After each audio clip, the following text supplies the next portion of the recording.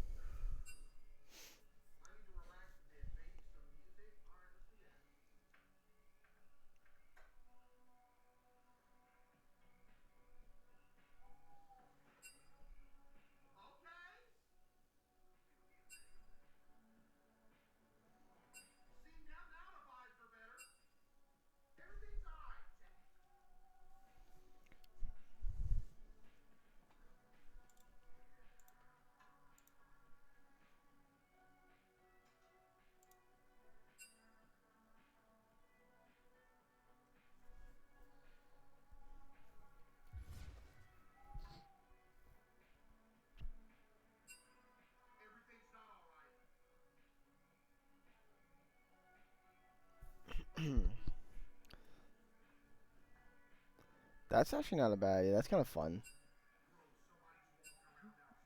I'm not like real gambling, but like if you predict correctly, maybe you get something. That'd be kind of cool. I'm like totally down with that. Yeah, I would be as well.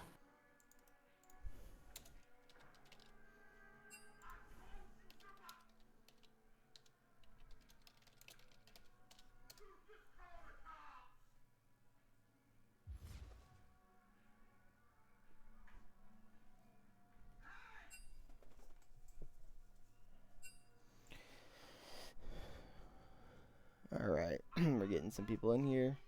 We got ourselves a spectate link. Mm-hmm.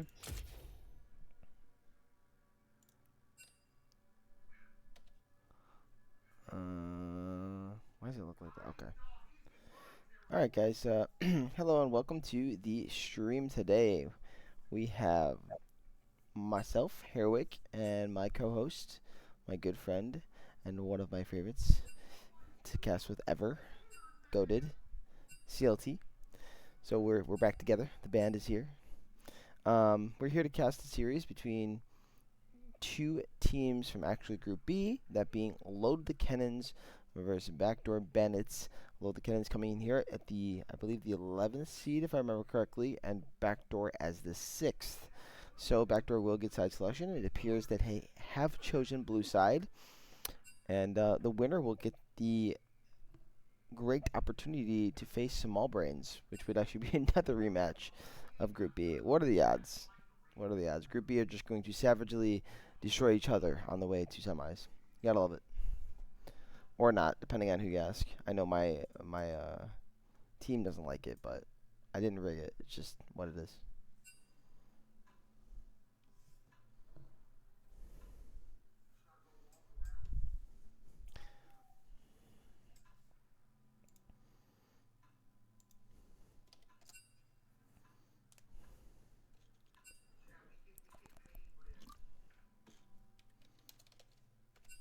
I'm here. They haven't heard your voice. You haven't heard nothing. Oh, well, I thought you. I'm messing around with soup in the in the chat. Hmm. All right, guys. Let's check out what's going on in the chat. Well, in the server chat, I should say.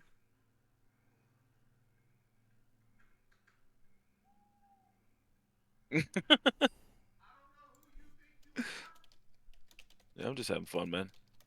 It is nice to actually not only have a co-caster, but get the duo back. No, what you need to do. I got my stats up, man. We are ready to go today. Oh, you pulled up the stats. I got the stat. Come on, man. Hey, you know what I did yesterday? Did you watch? Did you catch any of what I was doing? No. I decided I'm like we have these stats. Why don't I say what the champion is going into this match? Like how it's looking. You know, what's his pick rate, its win rate. I was like, why the hell am I not using this? I've been referencing it every now and then Yeah. myself. I just straight up broke it down. I Oh, we need to make a graphic one day. So when a champion's picked, kind of like how it is in Riot, you see the little win rate, loss rate on the champion. If only we could get that good. well, all I know is right now, looking at this draft, Rurika is getting the bans thrown at him. Got right off the bat, both Syndra and Arya off the board. Standard over there, we see Lil Kennens banning away Skarner. Everyone has pretty much determined not to let this champion go through. Garner is 100% banned, and all the top four professional regions so far. Oh wow, Yep, that's a crazy. 100% banned. I think this today. I don't have it memorized, and I only glimpsed at a couple of them today. It might have been the first time he was played, but yeah, and at least Did he win? LCK, LPL, EU, 100% banned. Did he win when he was picked? I don't know. Like I said, I haven't looked at it all. And Mel is up. Did these teams handshake no Mel? Or is this on the table here? I mean, it could be certainly on the table. Again, I don't think the champion's busted. I broke it down many times. I And don't think so either. I think it's strong, but I don't think it's busted. oh nope, it's getting first picked. Don Don, All right. that's good, man. You should support your top laner. I think you should support your top laner, yeah. I think what you should do is have us up on that second monitor and just listen to war and you keep glimpsing at us. Like support everything. Exactly what he said. Uh-huh. We gotta talk about him, man. I'm telling you, this is teams are gonna be over exaggerated with this champion. I do not think she should be first pick blue side. I don't think she's ban worthy. I think it's just Mm. like a champion, bro. Like no, I kind of felt the same way about Abessa, and we saw what happened to Abessa. 4-6, pretty shit champion, bro. Just get it out of my face. Stop this, guys. You guys are Well, scared of new champs. It's crazy. I will say I'm with you on Mbessa. I did not really think Mbessa was that great. I thought she could be stat checked by a few different champions quite easily. But Mel, unless you have hard engage, like what load the Kennens are kind of drafting now with Vi into Aurora, Mel can actually do some work. Listen, So I a don't think lot she's of broken. champs can do work, but I don't think it's like a first pick type thing. I think she has good counters, and I don't think she's going to be something that you should be risking that on. And even if Backdoor wins here, I'm just gonna say Lil Cannon has no homework. They haven't done their homework. They haven't played against Mel. That's what it would tell me. Oh, I know Rurika's played against Mel. I know he's done his homework. No, she cannot. She's not. She's not a B1 pick. She's not Skarner. She's not Victor. And Victor no longer can be B1 either. By the way, Victor is not as strong as he was. This is I just would say not. she's not B1 because she gets outranged by like the Victors, the Hui, stuff like that. Victor doesn't really outrange her. Hawaii also really doesn't, except for a couple abilities. It's more like true artillery mages. Vel'Koz, Xerath, Ziggs kind of falls in that line. He just Yeah. throws Q from a million miles away. Actually, I'm curious on the interaction between the Mel's Deflect and Ziggs Q. Does that actually like match the cast range and the bounces? Hmm. 'Cause I'm curious on that. I'm sure one day we'll see it in game. We'll find out. Oh yeah. I love load the cannons response right here. I think this is probably the best way you can punish something like a Mel I don't know about the is Aurora though into Mel because I actually think this would be a really good matchup for Mel. I think she has the same range as Aurora. She can block her main damaging spell, which is her Q, whether she chooses to block the initial or the pullback, and either just take no damage at all or even reflect it. And then she can poke pretty well into Aurora because of the no range on the champion. So see I don't really like the Aurora here.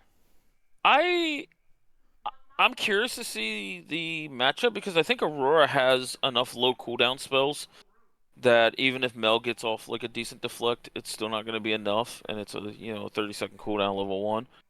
But Mm-hmm. I think Aurora's movement speed after she combos in gets her out of the Mel queue quicker than a lot of other mages, so I don't think Mel can stack up the damage quite heavily. I do agree that Mel's range, especially with the auto attack, if she procs a couple spells, uh, can fight back with Aurora a little bit.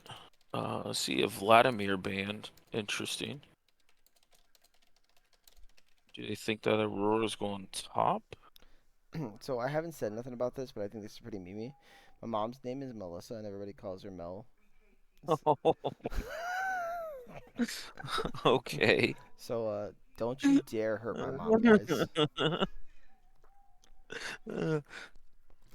All right. How many times are we going to see Jin's fourth shot get deflected right back at his ass? So the only thing I can't figure out with the reflect, does it automatically go to Jin, or does it actually just reflect and whoever's there gets hit? Like, how does that actually work? If it is a targeted spell like a point and click, then it goes right back to the sender. If it is a skill shot, then it throws the skill shot like Mel is the one launching it. So you could So dodge your. we'll So if you throw a Yeah, you Blitzcrank can't Q, you dodge could theoretically dodge your own Blitzcrank Q. In theory, yes. The problem is that example's terrible because Blitzcrank is stationary when he throws his Q animation. I know. So, Feels bad moment. yeah. And actually, I was theory crafting that Silas is a really good champion in the mill, even though he's on the ban list. Because if she deflects the Silas E, then she pulls herself to Silas. So it's like a mute point. Hmm. Interesting. Yeah. Poppy is quite interesting. And Bessa in the Poppy Hecarim Nautilus showing? All right, Lil Kennens. Oh, Tell me you're inting without okay. telling me you're inting. Uh, Everything in your draft up to this point was pretty decent, and then this happened. wait. I'm throwing this out there right now. That could be in Bessa mid. It actually makes a lot of sense in the mill. Okay, maybe you're not throwing this game. GG. You guys are too smart. I, I mean, No, it's a actually, thought. Aurora into Poppy is fine. It's not great, but it's fine. And Bessa into Mel, that sounds horrible for the Mel. Oh my god, actually. We might have Yeah, found our Bessa angle. yeah. I've heard something that she's more of a mid laner now than she was a than a top laner these days. And I kind of believe it. I agree. Yeah, I think it's hard for Mbessa to like stack up against some of the other juggernauts and bruisers and even tanks in the top lane. I I would think of her as maybe like a Yasuo, Yone, Silas type counter So in the mid lane. here's what I've kind of come to my thoughts on Ambessa. I think she's kind of like a hybrid assassin. I know that's a real weird way to explain her, but you know how people used to call Yasuo an assassin? It's not that Yasuo and Yone are assassins. It's just that they are squishy like an assassin, you know? And then they kind of blow you up, kind of similar to an assassin, but not really. You see what I'm saying? So I feel like that's what Ambessa feels like to me. Does that kind of make sense? I can see that. Yeah. Yeah, they're not really assassins, but so maybe it's a fighter class, like not bruiser. Bruiser is different from fighter in this context. Maybe that's really what they just are. They're just fighters, and fighters Yeah. don't have any really defensive stats. Fear what they cannot understand. I would agree with that. Yeah.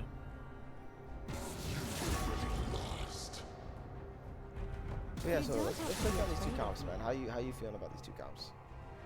Uh, What's wrong?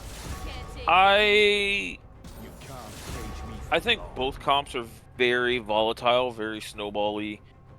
The load to kennens comp I think is really good into like the meld that's showing. It is Aurora top. Oh, I called this shit. Best of mid. All right, cool. Um, I do like this is probably one of the very few windows where I actually do like Vi. I think the moment Mel steps up or Misfortune steps up, Vi R stops a lot of what they want to do. I do think the Poppy is a nice touch for backdoor bandits. I think Poppy Nautilus can lock down stuff like Mbessa and Aurora quite easily. I think whoever makes the first move or the first engage uh, and gets the first kill kind of snowballs the team fights because there's not many things in these team comps that can stand their ground and create like this space just to either let their team back away or go forward. It's just business. Like to reset a fight, if you know what I mean. I think what you gotta look for here is the fact that there's only one true I'm thing absolutely that livid. disengages these fights, and it's Poppy R. That's it. If Yep. you're low the cannons and you engage and Poppy says screw it, I'm not even gonna focus the Vi. I'm gonna let the Vi engage on my back line. I'm just gonna load up my R and kick everyone else back. And Vi just dies for free. And then they can re-engage with Hekromar after that. I do think the one glaring point that kind of sticks out for me looking at this draft was Jhin. I think there was a couple of other AD carries that had a little more ability to self-peel. I know Sivir was banned by Load the Cannons, but I'm thinking something like Xayah, Ezreal, even Minus pulled out the Tristana, the last week of the regular season. That I think this is a very dangerous game if Jhin gets caught out. I'll be honest with you, I think they shouldn't have banned the Sivir. They should have took it away. They had the R4, so they could easily taken it, and they could have banned something else.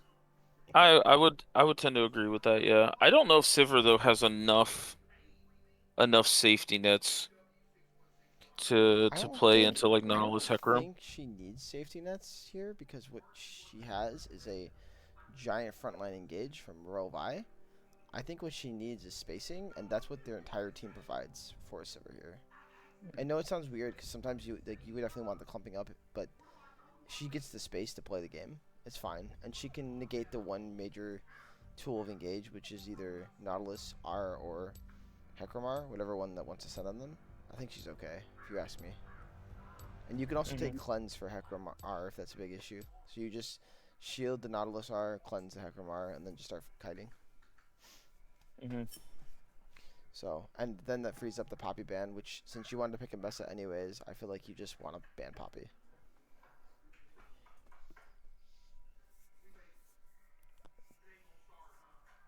Yeah, I would tend to agree with that. I think cleanse is a must no matter what AD carry you're playing this game, because there's a lot of shit getting thrown at you.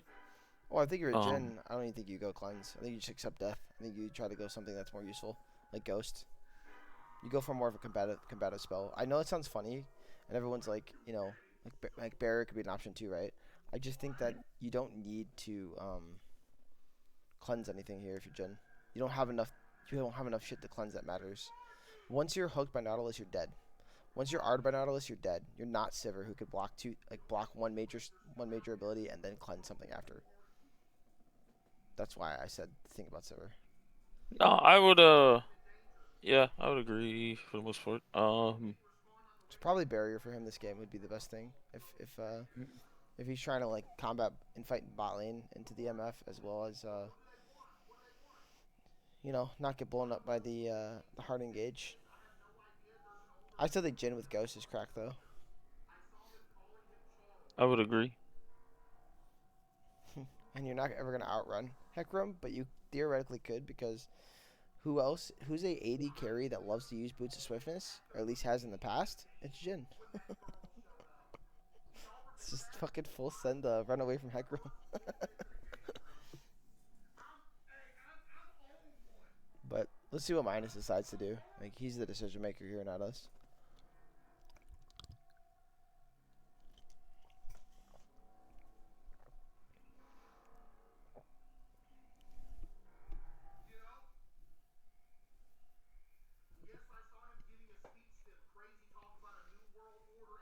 Who's got the scaling in this game?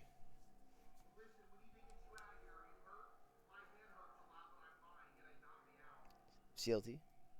I'm trying to think. Okay. You hadn't said anything, so I didn't know. I think scaling is close. I would tend to probably give it to load the kennens, only at the fact that there's not anything to stop Jhin damage.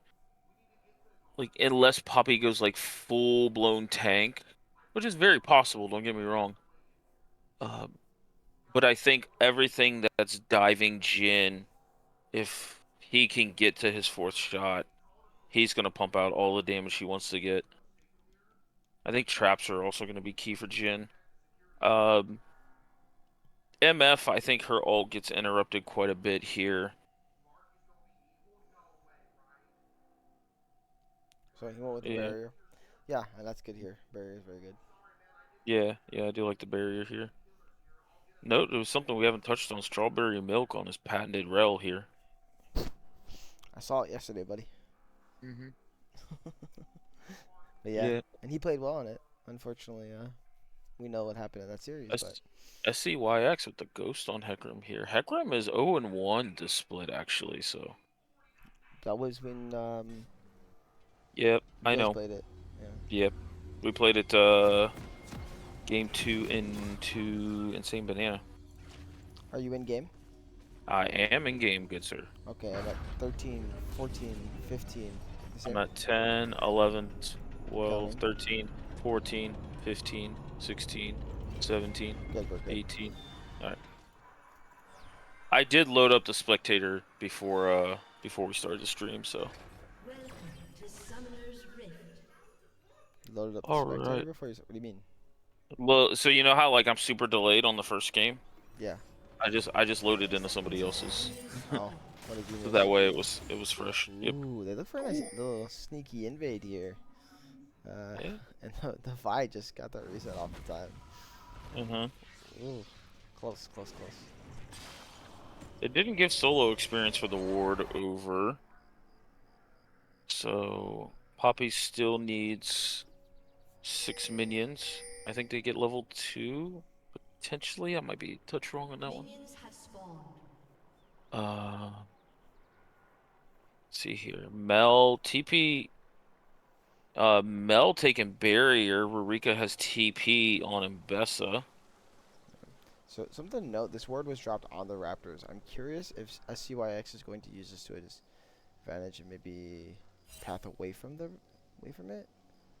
Looks like they spotted Hecarim though, so. Yeah, they know Hecarim's at least on red. Pretty sure.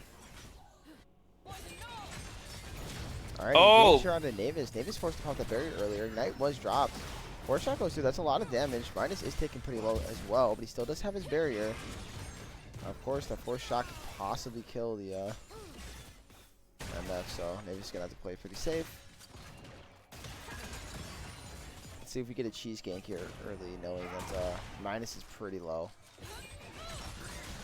And then, Strawberry just wants to fight. He just wants to engage. A lot of trading. Hecarim will be pathing away, so they should be safe bottom.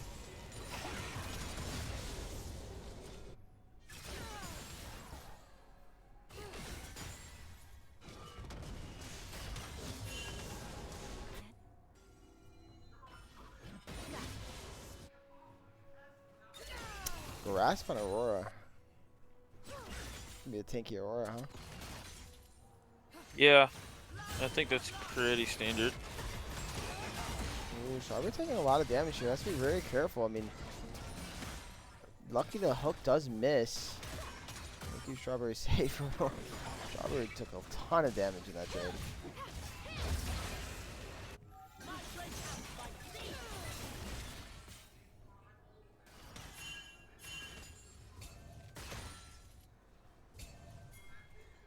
Well, they spotted, or they're pinging Hecarim on this top side here, so.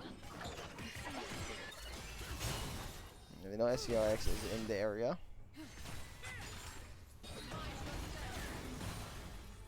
Ooh, Empress getting Rurika pretty low. Obviously, it is a melee matchup into a range one, so it's not the easiest, especially in the early game.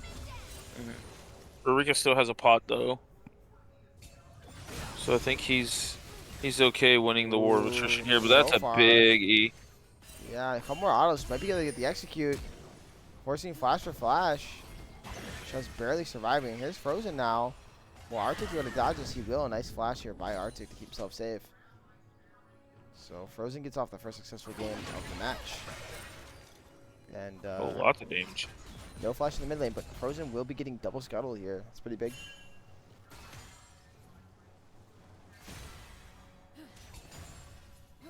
And Emperor's actually staying over. Looks like he tanked a touch of the minion wave to try and freeze it. And Rurika ended up popping the pot.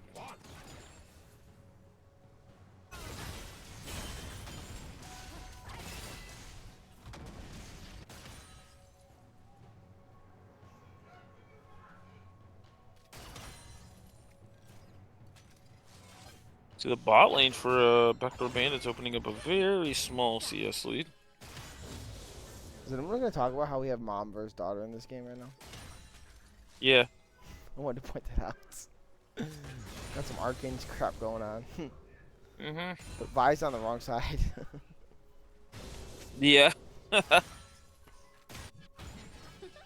Does that mean Vi's going to betray? Frozen's going to betray Eureka?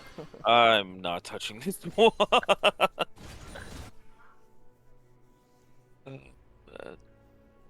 See some tears coming out by the side of Backdoor Bandits. I haven't seen tear on Mel. That's a little interesting. Well, you saw I the didn't mana issues Empress was having. Now, maybe utilizing his mana pool a little too much for trading is a possibility. But at the same point, maybe she does need a bit of a tear. Well, Frozen kind of actually, walking around. Gonna get spotted here by Empress.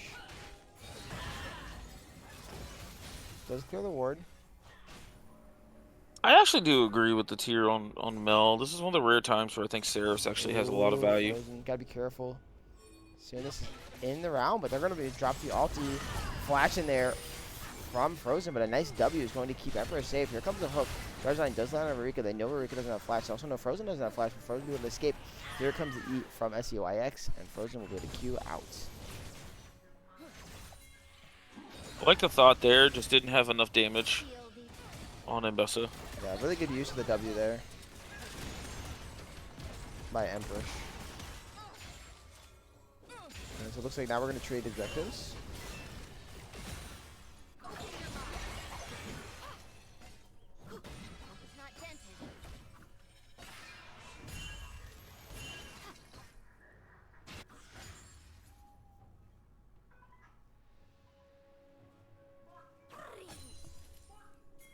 I think they do that same play there mid lane when Vi gets 6 and Marika has his ult back up, and I think it's free, by the way. Mm-hmm. I think you just need a little more lockdown, that's all. Yeah. I low-key actually think this is a decent game for like lethality or just full glass cannon Vi. 100%. I can see the angle. I'm also kind of curious to see what Rurika's gonna build here. If it's gonna be more of the bruiser-ish, or I've seen some like voltaic cyclo swords, like lethality variants. Ooh, they want this again. They know he doesn't have it. So here comes the cease and desist. Going to land right under the Mel, and the Mel will go down for first blood over to Frozen's Vi. Very well done.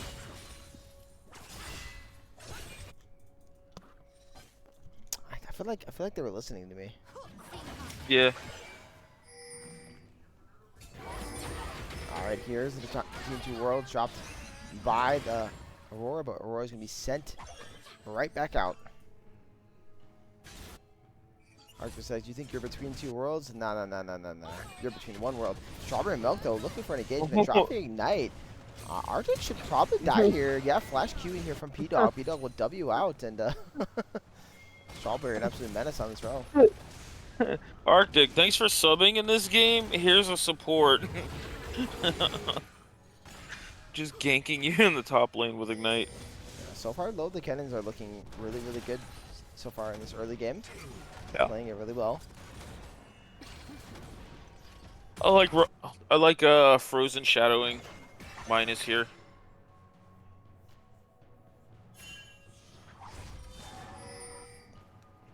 spot out this Nautilus. They might be thinking about making a play on this Naut. Yeah, Naut's in a bad spot. Naut does have the flash. Should be forced flash. Not going to use it. And you see Rurika holding his R smartly. Alright, here's the flash. Rurika is going to drop the air, but it's going to hit the person behind. Unfortunately, it's going to be CC under the turret. This is not a spot Rurika wants to be in. Going to face take the full misfortune all and go down to Navis. A little bit of a misstep there by Rurika.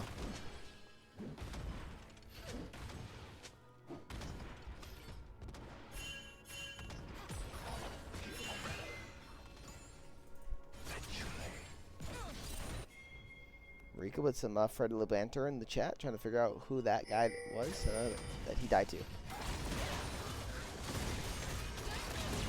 And a full-on engagement from Strawberry, going to be able to pull multiple people with a little gravity, but oh no, flash in there from Navis, but going to keep him safe. Strawberry should die? No? Alright. What a play under the turret. Wasn't the cleanest, but it got the job done. I just noticed this is phase rush Poppy, by the way.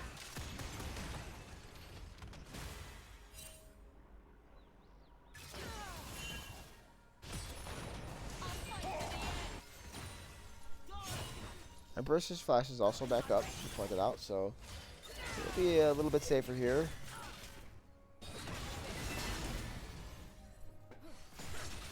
Nice W by Rurika, blocked a lot of that damage.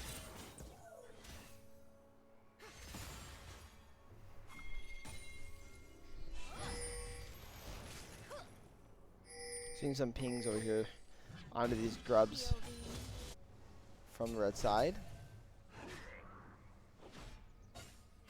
I should also point out Feats did go over to load the kennens here. They got the first 3 kills. So that's not full Feats, I'm sorry, but a first of the 3 Feats. Yeah, they got the feat of combat already completed. Then I forget the monster one, but it looks like Rurika might be getting ganked here. Yeah, they're trying to make the play here. Sanus does not have his flash, but this is going to be a full 4v4 here. A nice engage starting there onto Empress. Empress being brought oh, big engage. Nice beyond 2 worlds. Immediately going down after the cease and desist will be Empress. Now they're trying to kite back and run away, but Nautilus will be the self-sacrifice.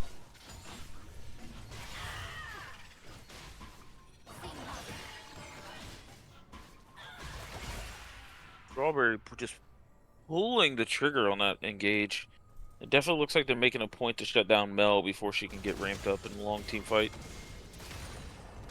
Minus gets looks like another plate down to the bot lane here. Yeah, and this is where I point out that the again the Mel, where she struggles. Look at all this engage. Look at all the ability to get on top of her face. It's very hard for her to play the game. Now, yep. SCYX might be running into people he does not want to run into. Nice ulti there from Marika. Going to CC this hack from down immediately. No chance for SCYX to get out. Minus will end up picking up the kill. A little bit of a KS there. Now they're going to try to jump on Empress. Empress does drop the W, but it does not matter, as the shots are going to hit the back of this Mel. And there's another kill for the kennens. Yep, they're now up about 3,000 gold here, working on their second dragon. Yeah, early on in this game, Backdoor Bandits just don't feel like the same team we've seen all split. And right now, the kennens is taking advantage of that.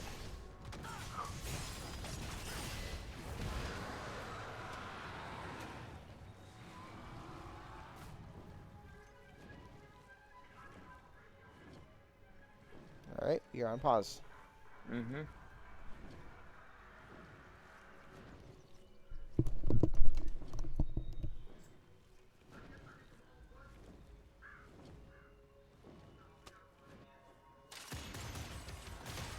We are out. There's going to be a short pause though.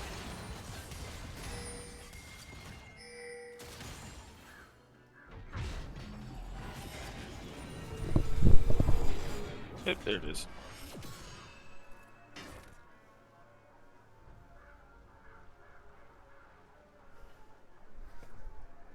We are back. Yep.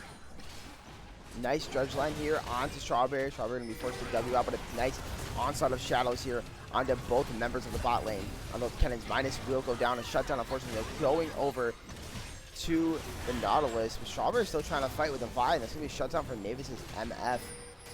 Massive shutdown here. Now Frozen's going to have to be careful. They have 3 people down here for this Vi. See your spirit.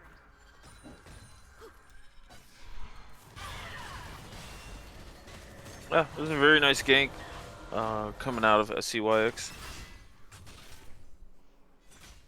It did take a while for them to kill off anybody there. Damage was pretty low, but a kill is a kill, and luckily they got 2 of them.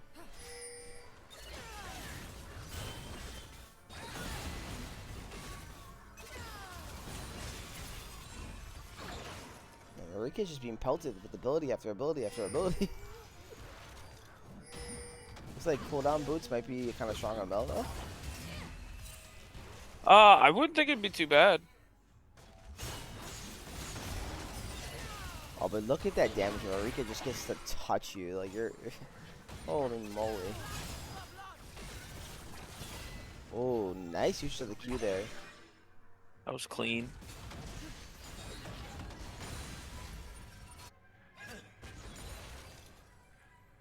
And it looks like we got Casper spawning up in the bot lane. Which version is it? It is Voracious Otacon. One of the rare times we see Voracious. Really? Yeah. I feel like He's normally seeing I normally see Runus, the GA one. I've been seeing a lot of Voracious recently. I think we had a lot yesterday. Oh. I think the 2 games that I casted, we had Runus. Lucky. Where do you actually see that? Like, how can you spot that? Did it tell you?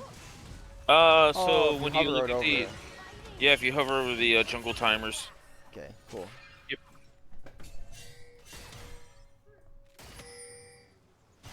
Yep. Yep. I picked up some tricks. Yeah, we allow new champions, so. But as you see, the Mel's not an issue, but a nice dredge line there on the Minus. He's going to be able to get out of the ultimate. Here comes the Hecker. I'm going to knock him back once again.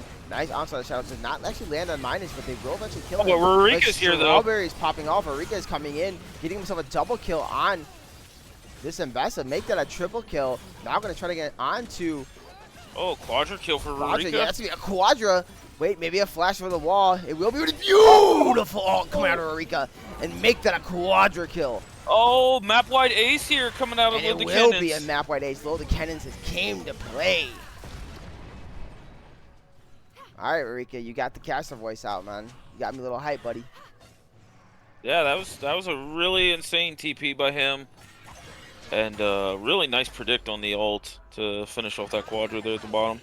And now we're up to a 5K gold here. It might not be the smoothest lane early levels here, but this Mbessa mid is actually doing some work. Yeah, the investment mid so far is working out. The treasure line is going to land, but they just want this turret. Marika does have a fast shutdown on himself, so he's going to try to get out of here. Let's see if he can. He got a lot of dashes. So far, it's paying dividends, but the dredge line is going to land on Rurika. Now Rurika's job is to try to run, but I don't think Rurika has a chance. Arctis coming in, going to have a nice W and a nice ulti. That's a shutdown here for the MF. SCYX is going to continue the chase on a Strawberry. I did not think Strawberry has a chance to get out. Wait a second. Yes, he does. Oh, nope. That's not the way you want to blast cone. He should eventually die, but a beautiful W coming in from his AD carry. And he will end up surviving. I don't know if that turret was worth giving over the shutdown there, but guess we're going to see.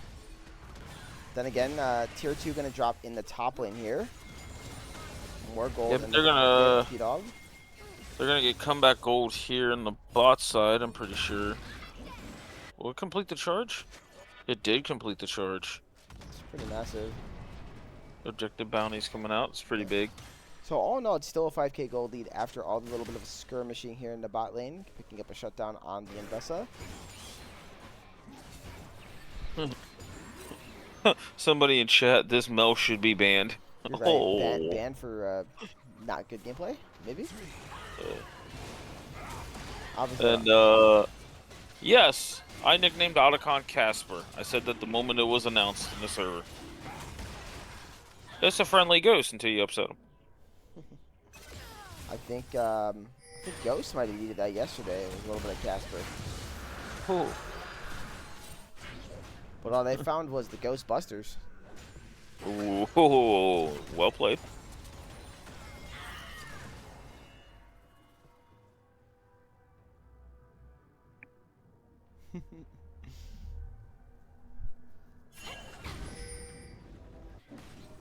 Don caught that. Uh,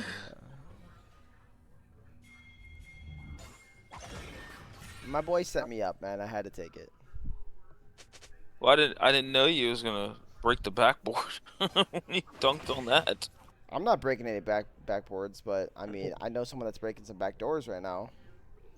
Oh, okay. He came to cast today. Speaking of breaking things, we're gonna break a shield real quick. Strawberry says, and then we're gonna walk away, guys. Friendly supportal combat there. Was Havoc watching the whole time? Is the real question. Or did he just get the ping and hop in? Don't know. He's messaging me on the side right now. He's like, "Don't be a freaking jerk, man." Strawberry Milk's gonna be caught out. Really nice cancel by ICIX to make sure the dash does not go in for Strawberry. The Strawberry is pretty tanky, but the tankiness is falling off now as there's no more aftershock, and that's gonna be a kill for SCYX. Meanwhile, Emperor's gonna be caught out here by Rarika. Does Rarika want to commit? He does, but he actually misses the ulti. And now Rarika has nowhere to go except right into the living arms of... Oh, this is not good.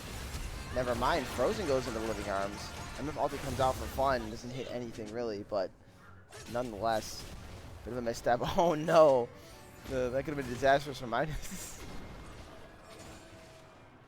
And now, I mean, Casper just spawned here. Jailed. Jungler's down. They do a decent amount of damage, but is it quick enough? Yeah, I think they're going to be able to take this. There's not much threat. I mean, I guess they might try to set up the fight. Here comes the curtain call. Sanus doing his best to tank it out. Strawberry is trying to look for his moment. There is no vibe, but they want the fight anyways. Who's going to secure it? It will be secured by the head grub. That means they're going to be just fine, but listen, this is not a very good usage of this passive. Everybody's just dying. Overall, I think this is going to be a positive situation for Red Team.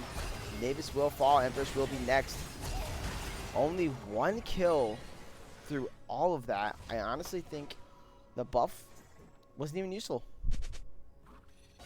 Yeah, and I think that's 1,000 gold over in respawn kills to the side of Lid to Kennens, so they did get some value out of that fight. Hey.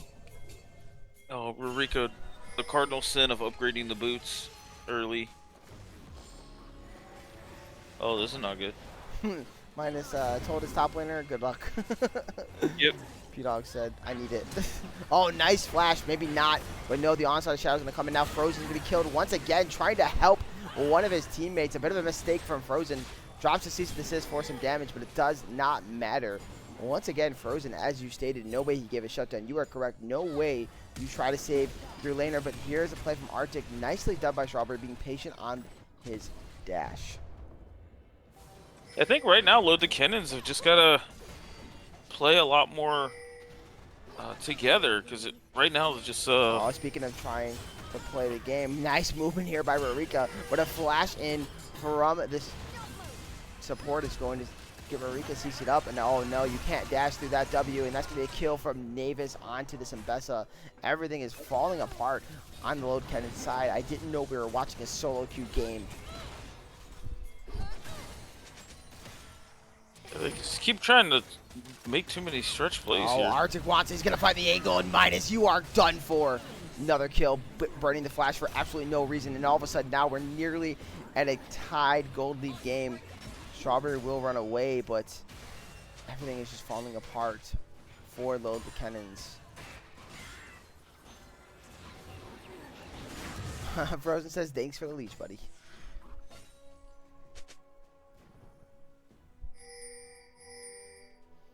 All right, let's see if they can regroup here. They did lose their lead. I mean, they had a 5K gold lead here at 16 minutes, all the way up until about the 20-minute mark when the Otacon was taken. Can they kind of slow it down, utilize this small gold advantage they still have, the streak advantage? no. Maybe they cannot because Strawberry is face checking into a Nautilus and a Poppy, and he will go down right as Soul has spawned. I don't think there is an angle, and it looks like they're just going to have to give.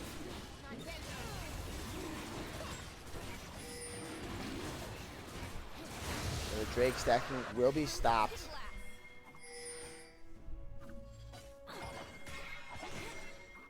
Yeah, this mouse picked up quite a bit of gold here. As noted, went from 0-4 to 3-4. Judge line does miss Frozen. Trying to make a play, nearly gets caught out here. Catch Judge line will also miss. Yeah, Mel got back into the game thanks to the rest of the team. So let's see if Mel can do anything. Well, another nice ulti here out of Arika. Arika just wants to fight. Barrier coming down from Empress though. Here's the Zanya, should keep him safe. And a TP in from Arctic. Arika's got to try to play this slow. He knows he doesn't want to get rooted. He does get hit by the Judgment though. So far dashing around pretty well. Going to be rooted up by the E from Empress, by the E from Arctic as well. And this is going to be a kill eventually. Somehow surviving, gets the shield. Hiding out the best he can. A flash in here from Navis to try to get the kill. The pots are ticking, but it's not going to be enough. That's a rampage now for this Misfortune. Yeah, I see the theory behind the pick here, but just doesn't provide enough split push pressure. It doesn't, but you know what does? Apparently an Aurora. It would demolish. Yeah. Who's just going to TP out immediately and get away. Well played there by P-Dog. Is it though? I mean, yes, he got the turret, but now he burned TP with Baron coming up here real soon. I mean, at this point, with the way the game is going, I think you probably just want to send it as a team anyways on this Baron. You don't want to fight separate. There's still a chance with your team fight you can win. The gold lead is shrunk down to about 800 gold, but it's still a lead. Yeah, it's crazy. Yeah. Don't mistake the score line for the champion looking super good or anything.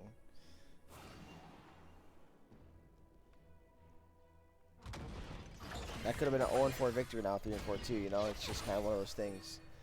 Team is helping it out. I just want people to understand. Don't get in this Mel thing in your head, man. I can tell this champion ain't broken, and this is another reason why it's not. As Arika now might finally get his true 1v1. Does have his ulti. He's gonna land it once again, and man, No, Emperor's can't Zanya's do almost anything. coming up here. And maybe he can stall. He does have a lot of CC. W's gonna come down. Let's see if he can get the kill. You see Hecarim kind of splinting over. Oh, but the cast time, the CC, is all he needs. Hecarim wants to fight. Hecarim is going to fight. Arika now forced to try to They're run gonna away. fight. But They're that's gonna fight mid CYX. with Eureka. Having two here in So the bot much lane. damage, yeah. It's going to fall there to the Hecarim. They want to try to force the Baron. I think they should try to force a fight. Strawberry is seen by this ward, so there's really not much of an engage. Just gotta pull the trigger, but they're just too afraid to. That's the one thing is they don't have a lot of consistent damage, so their Baron take is pretty slow. Yeah, I think there you just gotta pull the trigger. You can't be afraid. It was a 4v3 for a slight moment. Vi just turns and immediately clicks R on this Misfortune, and you just full send. So there is a lot of protection when you have Knight's Vow plus Locket on this Misfortune. So Very true.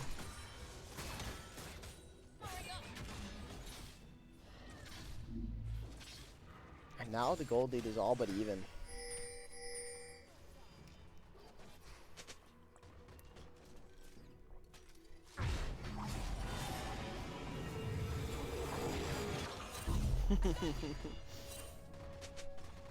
They're pinging the Poppy there. They saw the Poppy trying to get a sneaky backstop.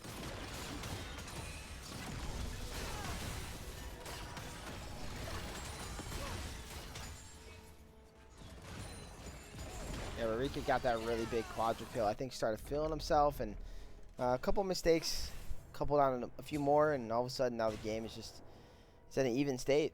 Goldie doesn't even matter. What could break this is certainly the soul. Let's see how they fight it. And What happens here?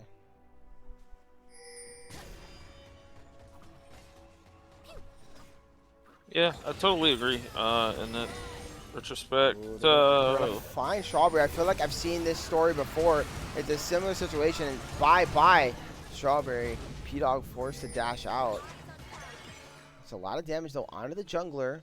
There's no misfortune ulti. Maybe they can still fight this. Maybe they're just gonna back off. But they're gonna be go after spotted Baron. here. Yeah, they're gonna try to go for it. They're gonna be spotted going for the Baron, so they're just gonna back off.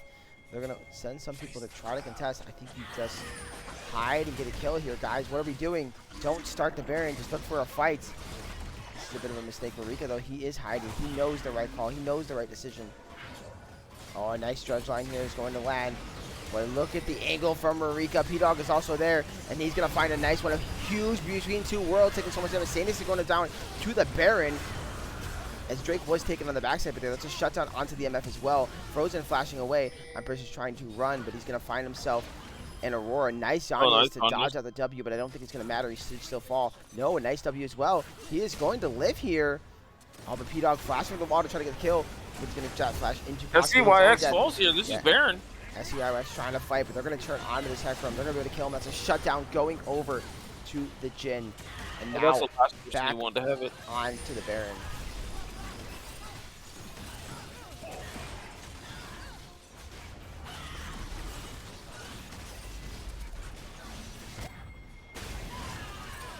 You see the TP in there just to secure the Baron. They don't want to have anything weird happening.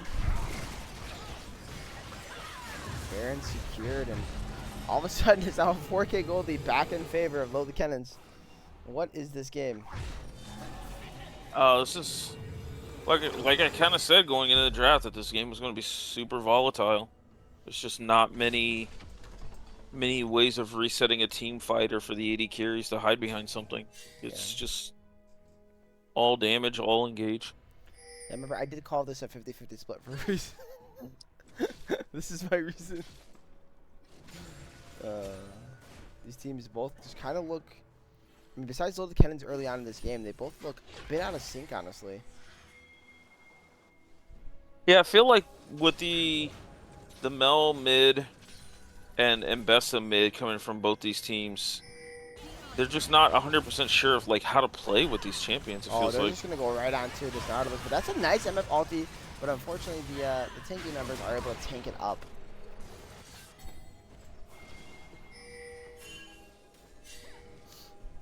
So now with this pick, they're just able to push in pretty safely. Navis can't stay here. They're going to drop the curtain call. 2 shots land, forces the flash out of Navis. Empress has come here, but here is Beyond Between Two Worlds, dropped right on Empress's head. Nice Q from the Vi, but Vi is going to follow over the wall, and they're going to be able to pick up the kills. Vi gets a shutdown now onto this Mel.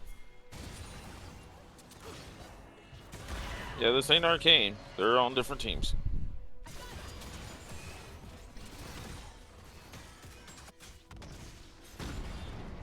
Look at that, 700 gold in Rurika's pocket. Oh, but a nice little catch here, maybe on a Strawberry Milk. Looks like he's going to be safe, though. Be able to get out. Double supers on the bot way, but it looks like they're going to be able to clear it out. He ended up falling, unfortunately.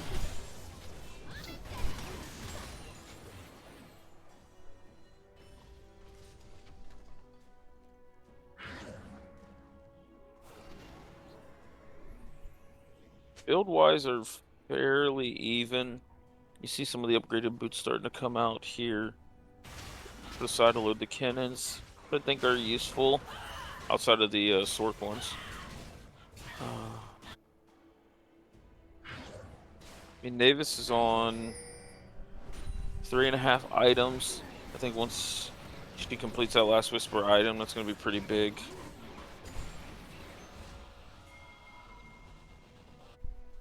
See how well Mel spikes with decap coming up here soon.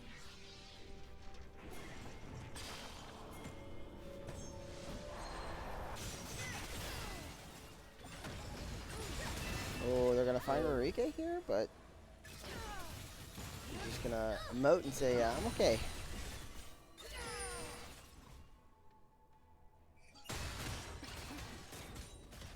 Oh, but Strawberry. Oh, I see why Setting I up a walk trap. right into Oh, big Scary damage Rel, from and that that's going to T-Dog. be SUIX dying to 4-shot here. Nautilus R is just not going to matter, but here comes the curtains, and that is going to be the curtains for this Nautilus, as he's going to be sent to his grave.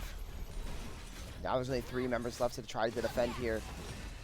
Will they be able to accomplish it? They're going to try to fight Rurika and then drop the next one onto him, but it's not going to matter as Strawberry has arrived to back up his mid laner. W will miss from the Jhin, but I don't think it matters because there's so much damage already.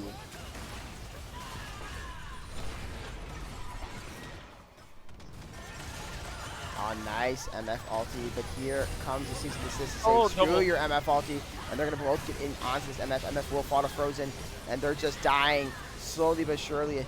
There will be no more members left to defend this, and that's going to be game 1 going over for the Kennens. Wow.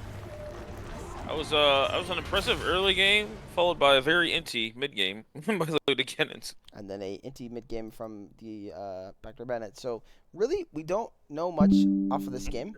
I don't think we can sit here and say, okay, one team has this series in the bag yet, right? If you're a viewer, I don't think that's your mindset.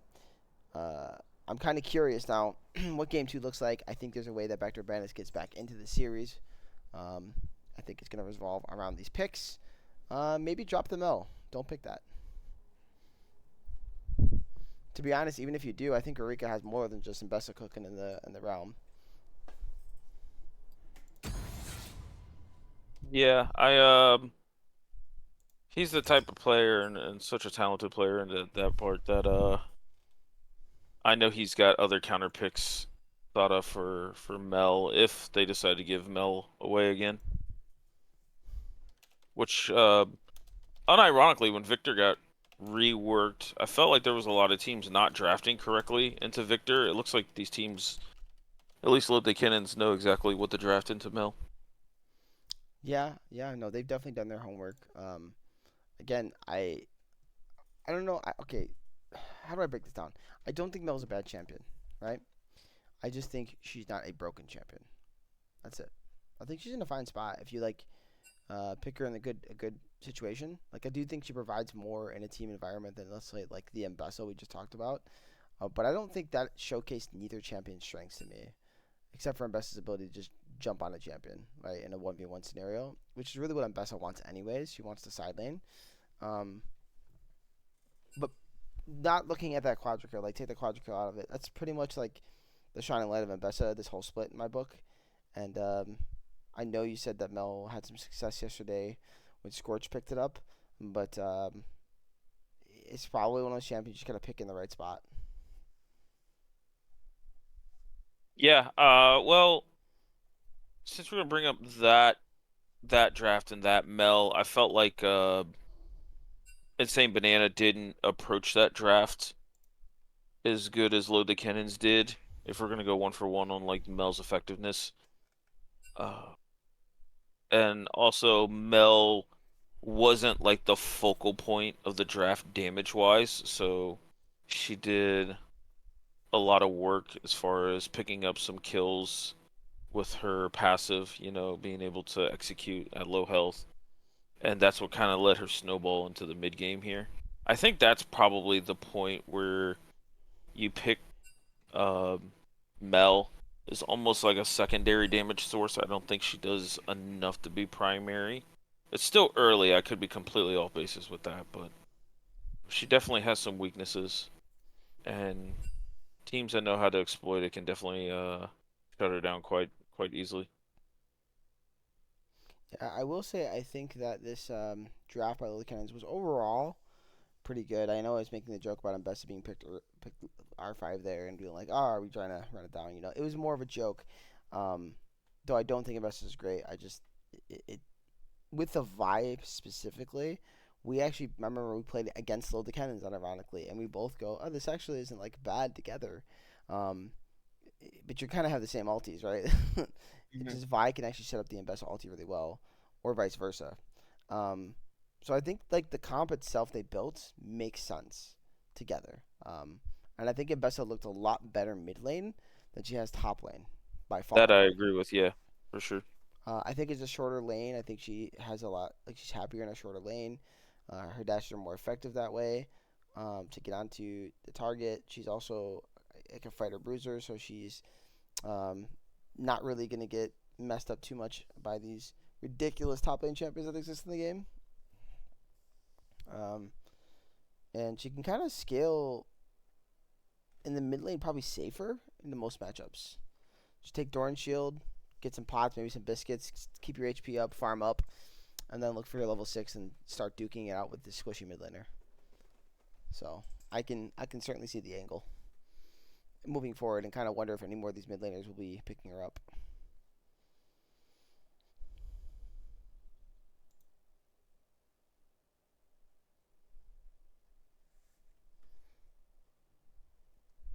Yeah, I'm curious though, after this type of draft that they picked into Mel, will Backdoor Bandits pick Mel again? Maybe they felt the pick was okay, it was just everything else or gameplay related, or will they ban out some of the things used against Mel and then blind pick it, or just drop it altogether? So I think dropping it is probably the angle, if you ask me. Um, Unless you want to hold the pick for later on in the draft. Obviously, they went with the ban out Rurika strat there in the first set of bans, and it just didn't work. It's not because necessarily Rurika can play a billion champions. It's more because Rurika probably didn't plan to play those champions the moment Mel was picked. So he already had a plan, and that plan was the Mbessa. Um, so basically, they got homework done by Rurika there.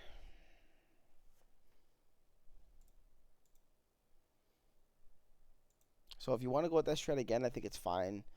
Maybe just hold your mid lane pick for a little bit and try to force Rurika into a less favorable matchup.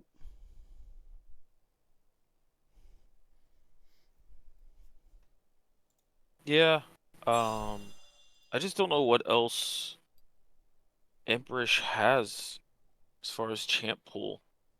Like we know he gravitated towards stuff like the Garen and Hui, but they ended up banning out the Hui game 1. Yeah, they did. So,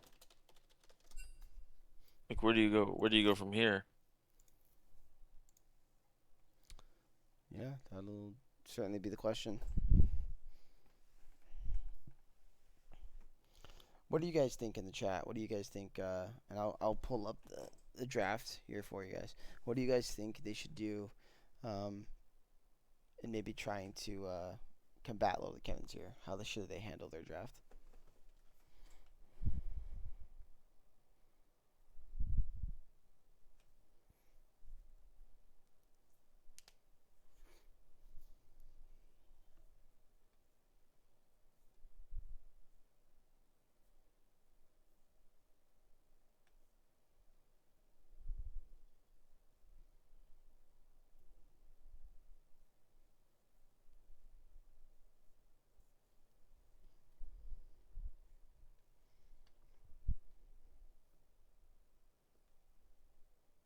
Yep, cricket noises. It's okay. I never wanted anyone to say anything anyways. It doesn't hurt my feelings.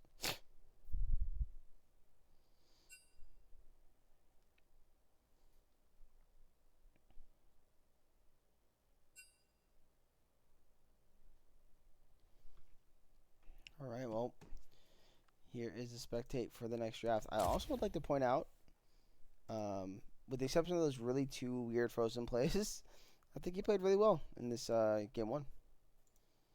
I know that was something I brought up a lot, was what is the version of Frozen we were going to get, and I think if this is the version we're going to continue to get, I think they have a really good chance of closing this series out in game 2.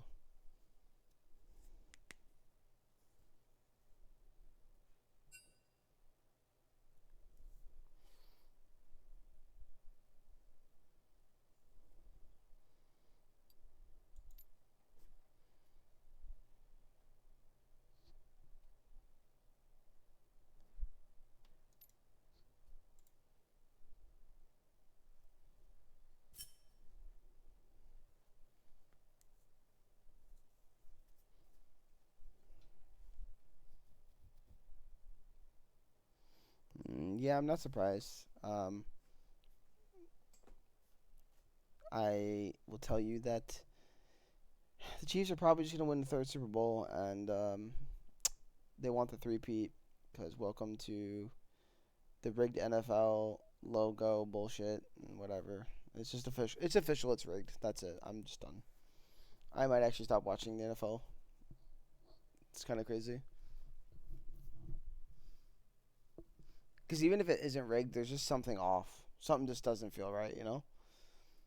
And the refs are impacting games way too much in the favor of the Chiefs. It's absolutely absurd.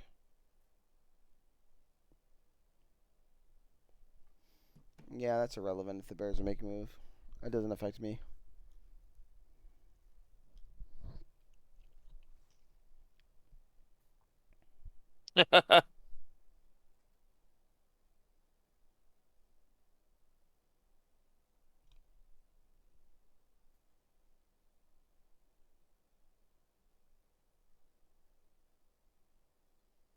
Yes, I might just have to watch volleyball. You are correct. I love football. I love football. I love the NHL. I love to watch hockey. Baseball's a bit slow for me. Basketball when I'm in the mood. I used to love it a little more when I was younger. But I just anytime a sport feels rigged, it'll never be fun. You know? And because there is human element to the way the sports are set up, and I'm referring to the refs in all sports. When you see too many favorable calls for one team, when we all have eyes and can clearly see that is BS call, it just feels contrived. It feels set up like, okay, maybe we don't have a script. Like maybe they don't have a script that says this is how the game ends, starts, or even what happens in the middle. But maybe what they do have is an earpiece on, and dude is up top going, you got to make sure somehow that the Bills lose this game, please. Yep, you know, that's just how I feel.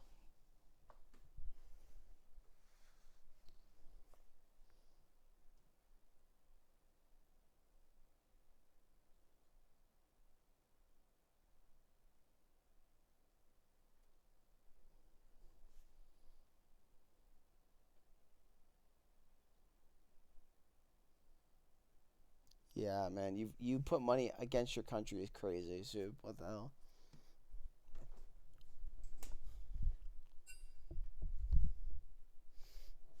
Yeah, CLT doesn't really know much about football. That's why he's not saying anything, guys. If you're all wondering.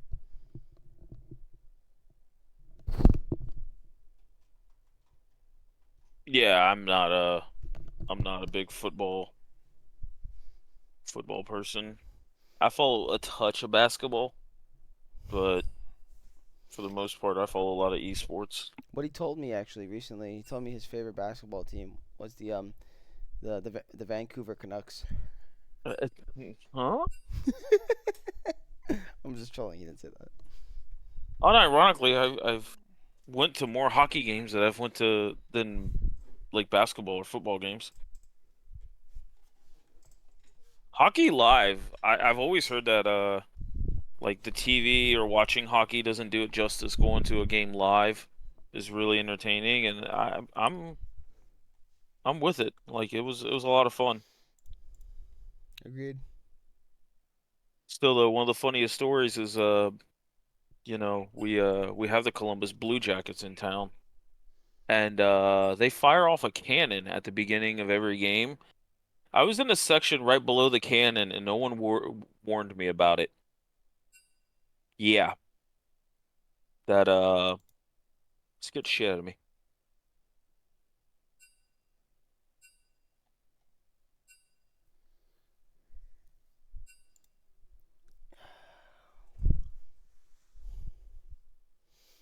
I am so glad that I'm not streaming this chat right now. Holy moly. Very bad, guys. Very, very bad.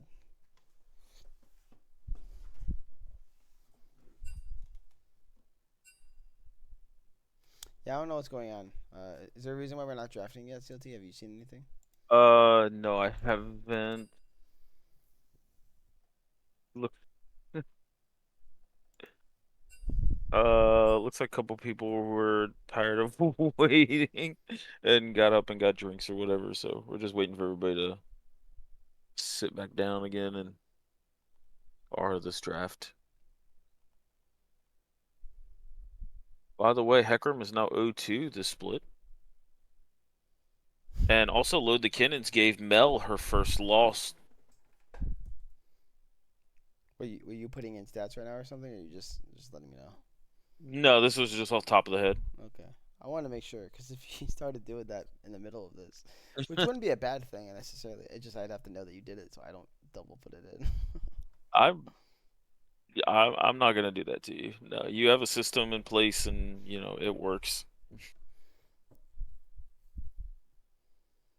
Which is also my way of saying that's a lot of work. I'll let you have at it. It's not bad. I'm telling you. You know what? We should start. I think I'm gonna do it next split. Every caster should have to put in their own stats. If they just do the series after they casted it, it's fine. It'll be done, and it's only one series. It's not bad. It's when you have to do like 6 or 7 of them in one day. That's horrible. Yeah. I would love to see what it would entail to make like our own tournament code and link it to like our own stats and stuff like that. I don't know. Because I know there's a couple leagues out there that have like their own stats sites, Hey, Havoc, stuff like that. if you're still in the chat, can you please ask Mage to go to the gas station?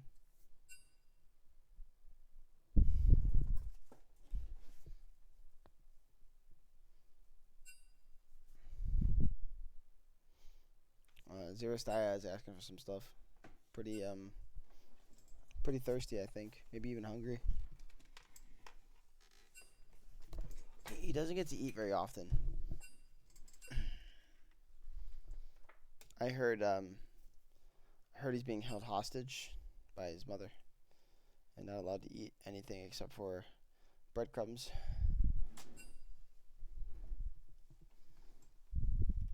He's lying. He didn't have spaghetti.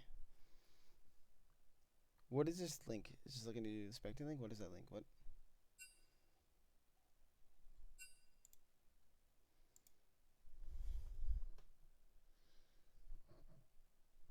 Oh God.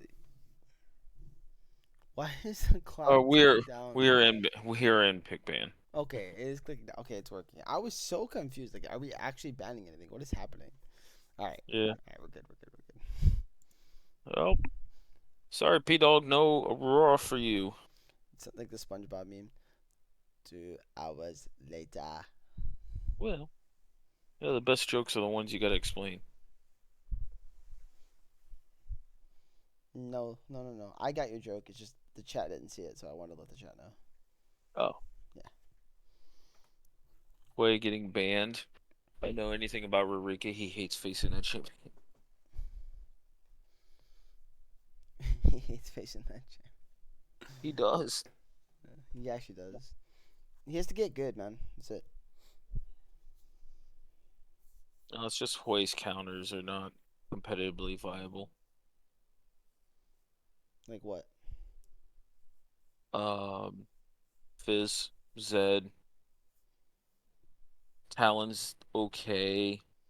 You just named a bunch of assassins. What? He has better counters than that. Vel'Koz, Xerath. Xerath. He destroys him. I've seen it so many times and it's wrecked him. Xerath does like make it hard in lane, but I feel like there's a lot of engaged champions that can punish Xerath. Vel'Koz, I've yet to see a really good Vel'Koz. Well, we got spoiled for us in the chat here. Thank you. TKG won. Oh, spoiler alert. Yep.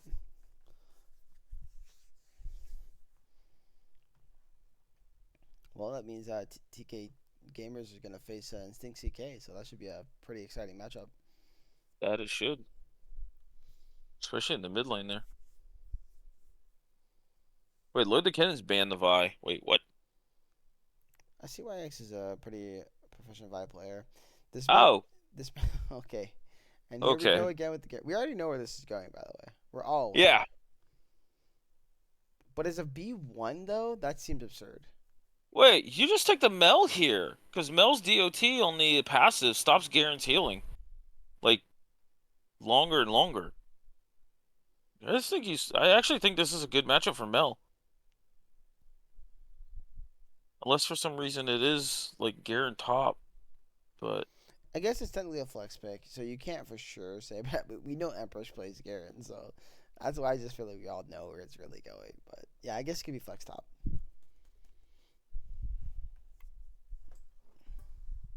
I mean technically it could go jungle. Now you're really stretching it. I mean, Just because I've done it in a game or two with a certain person in the chat does not mean it's good.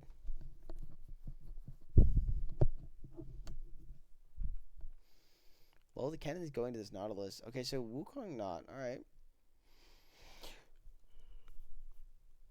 I see the angle they're going for. They're going for a hard engage. Not surprised.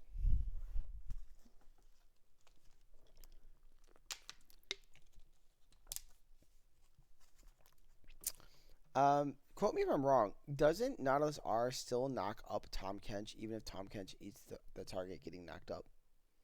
yes, because it's gonna travel through Tom Kench to get to whoever he consumed. So realistically, it's only good if the Tom Kench holds his ult, his eat. He has to be patient with it. Yes. So it's a skill matchup then. If Oh this my ends up god. being a TK What? Oh. bot. Malphite anybody? No, I don't think this is really a Malphite angle. I know what you see. Like I see because there's a lot of AD, but there's also mixed damage from these champions. And I thought I should know this, but I can't remember. I could have sworn Rek'Sai actually has some true damage in her kit somewhere. Vayne. Okay. This is an interesting one. Does Minus play Vayne? Maybe this is Uh, this is his moment. this um this is gonna be a shit ton of cooking if this Vayne ends up going mid. It could be Vayne into the Targaryen for sure. The question is Minus playing the AP? Mel's on the table. Right? Super saying Minus does not play Vayne. That's what he's Oh, the saying. Minus does not. Well, either he's first timing it, which is hysterical, or Rurika's taking it, which is also hysterical. Why not P Dog? I mean, I guess P-Dog could take it too. It's Maybe not out maybe of the maybe realm. this is a Garen flex pick and a Vayne flex pick. Uh, I mean, probably not wrong. Shit, you know what? It's a Wukong and a Nautilus flex pick too, to be honest, because they can both go in multiple spots. That's Smolder, man. That is. What?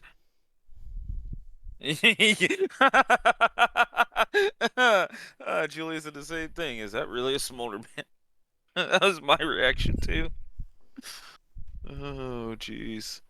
Well, this R4 could say a lot, or this could be what I would probably dub as the Scorch Special, where you just pick champions and then figure out where they're gonna go later. Okay, Hmm. Seraphine. Okay, I actually that's think this is Minus's Seraphine. Yeah, this is I Vayne do. mid. Yeah, Vayne mid, 100%. If Backdoor Bandits hasn't figured it out yet, they should know. this is a solo lane Vayne. I think it is still a little flexible. I think you're right in that regard, but yeah, Minus is taking a Seraphine easily. I think Vayne obviously is not bad in Garen, but as far as like an actual counter in Garen, it's not like the best thing you could cook up, personally.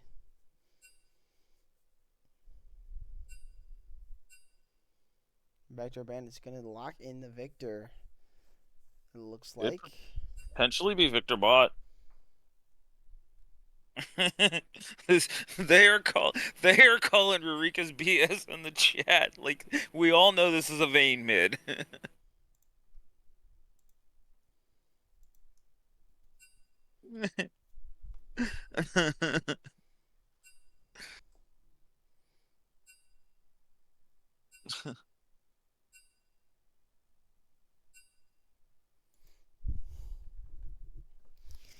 Talia. Okay, so Talia is the B5.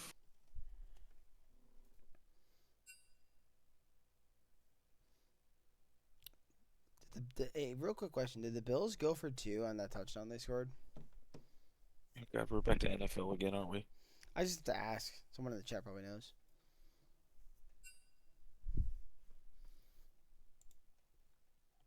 Oh God. Shogath coming out. Yeah. This is me.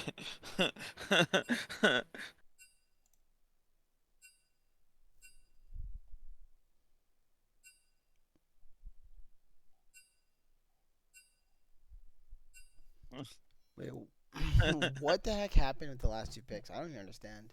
So it's a Talia B5 for Backdoor Bandits and load the kennens took Cho'Gath, and I immediately, going back to the All-Star game, said, I hope this is Ruriko on Cho'Gath. Oh my goodness.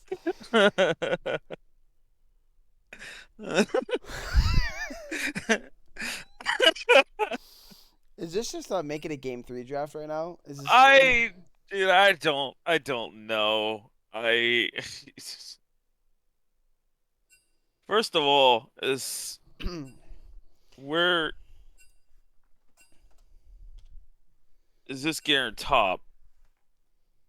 It's guaranteed to be Garen mid.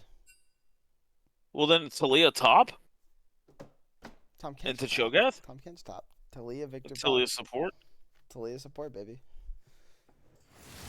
I don't know. We'll see what does. This is some cook. I'd rather be home anyway. Now, what's the odds that they lane swap? Because we seen Insane Banana do it yesterday, actually. Since Rusty pulled out his patented Azir top into War Initiate's patented Urgot, and War and Ghost Tiger said, nope, that's lane's not getting played. You They guys are swapped. asking this question. Well, bruh, you guys should know You're this. trying. You're trying too hard, bro. No, they asked. I just got messaged by Frozen. What's wrong? Can't take the heat. You don't have to be afraid of me. There's a difference in that question, but I don't know why you just asked me on stream and I had the thing up and I didn't realize it, but it's too late now, so if Backdoor reads it, I'm If I want sorry. your opinion, I'll beat it out of What's you. up? Should have messaged me on Discord, man. He messaged me on League client. Well, and I realized what it was, and when I realized it, I had the stream open so you could see it. So This oops. is Arctic on Garen.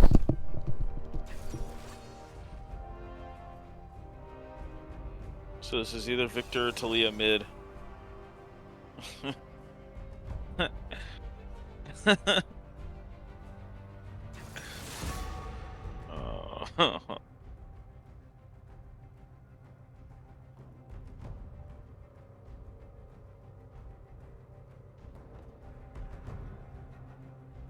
It's just business. There's so much like cook, counter to the cook here. It's just this game's gonna be crazy. Better.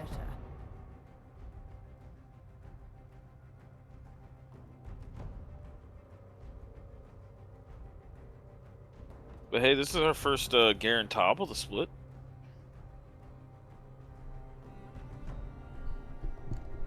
Right? Where did Dippy play Garen top? What did I do? It's your Garen's 5-1, 83% win rate, so that's pretty good. Talia mid. All right. Was this our first Garen top of the split, or did someone like Dippy play it? No, someone played it. It might have been Divi, but somebody else I think played it as well. I'm pretty sure it got played top a couple times. So I had to leave for a second, but I wanted to say this. Hey guys, if you ever have a question for me, you know, because I know I'm a mod, and like let's just say you're in the game that I'm casting, please message me on Discord.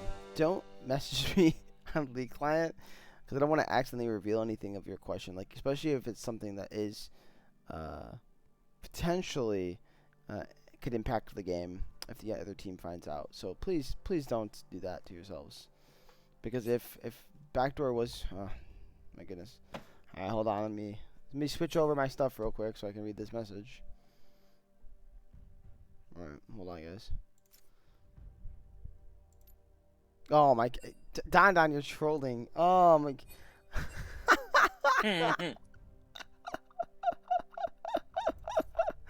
All right. I didn't even open it up.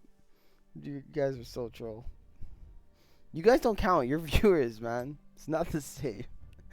Don literally says, "Damn it," in the message to me because I switched it over. He's still messaging me. I'll open it up and make sure.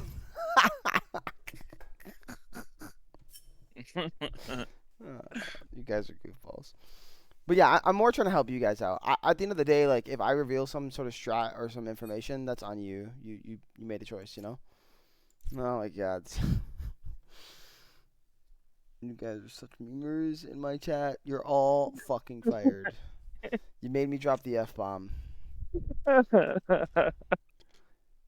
You can call that a true forfeit. FF, get it? You're stretching the puns here. I don't stretch puns. So, what's your thoughts on this draft?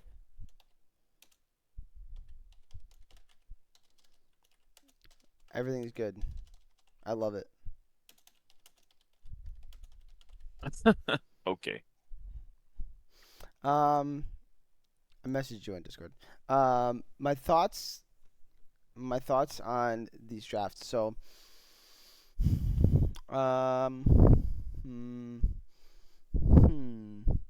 well, scaling is pretty equal. I think the main comp is actually pretty strong here. But I really want to look at who's more mid-game because I think right now it still feels like, to me, it feels like it's more mid-game centric than it is late-game centric, like the beginning of the split. So I think if you're talking mid-game here, I think it favors Backdoor. Their mid-game is really, really strong. Like this Vayne, the Seraphine need time to scale up, even the Cho'Gath for that matter. So if Backdoor Bandits are able to get themselves an early lead in this game, it can be very hard for Load the Kennens to win. But if Load the Kennens can stall this game out, get past that 30, 32, 33 minute mark, whatever, get 3 or 4 items on this Vayne, the game gets very hard for Backdoor Bandits. It's damn near impossible. And I understand Victor scales really, really well. I get it. And the fact that in this circumstance, Vayne is a very mid-range AD carry into someone like Victor, but got a lot of protection from the Seraphine. The Nautilus, it's got the front line, got the Wukong to disengage fights a bit, and the zone control out of the Cho'Gath. His Q is actually a very good zoning tool. So I don't think the Vayne's in a really bad spot in that case.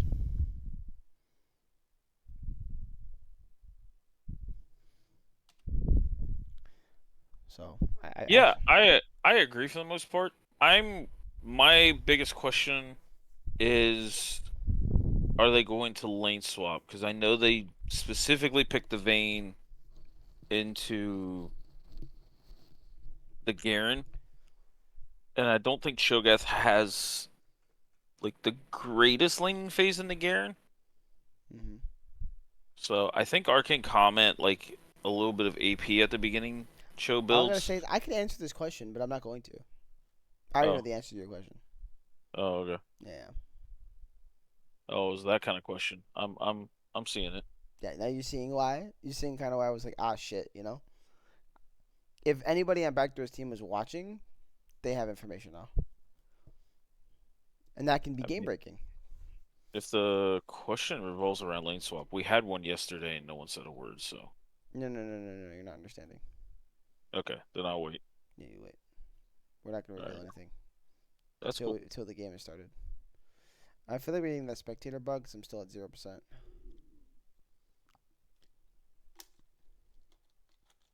I am as well. Okay, never mind. We're good. I'm in. Had me stressed for a second. Alright, I'm at 10 seconds. Want me to pause? 11, 12, Oh, no, we're at 13. the same time. We're good. Let's go. Goated. Sweet. Let's go.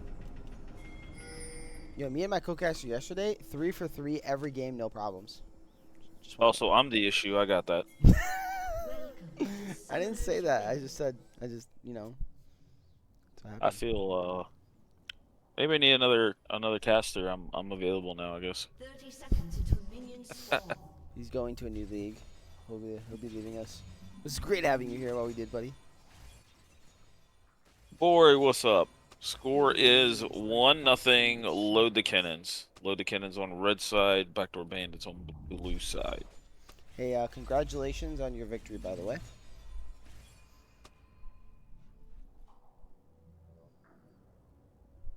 As of right now, the reigning champs are in Minions have spawned. both in quarterfinals right now. So sounds funny to say it like that, but because you got the teams switched up, obviously.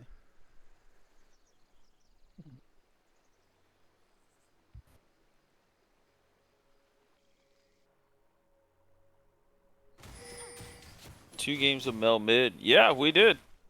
We did hear that. And in this game, or in this series, Mel took an L in game 1.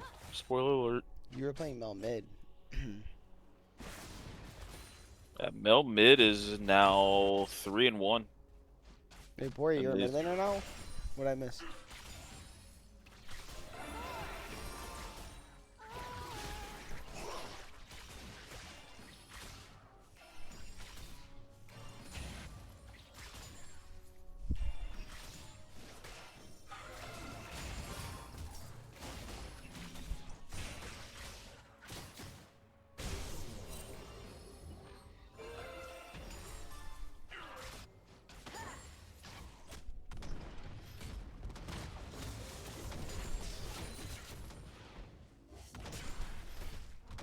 This is actually not a bad lane for Cho'Gath. He has so much regen. It sucks that he brought grass, but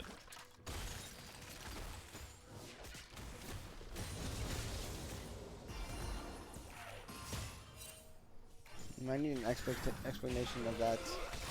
We will talk in a bit. I need to focus.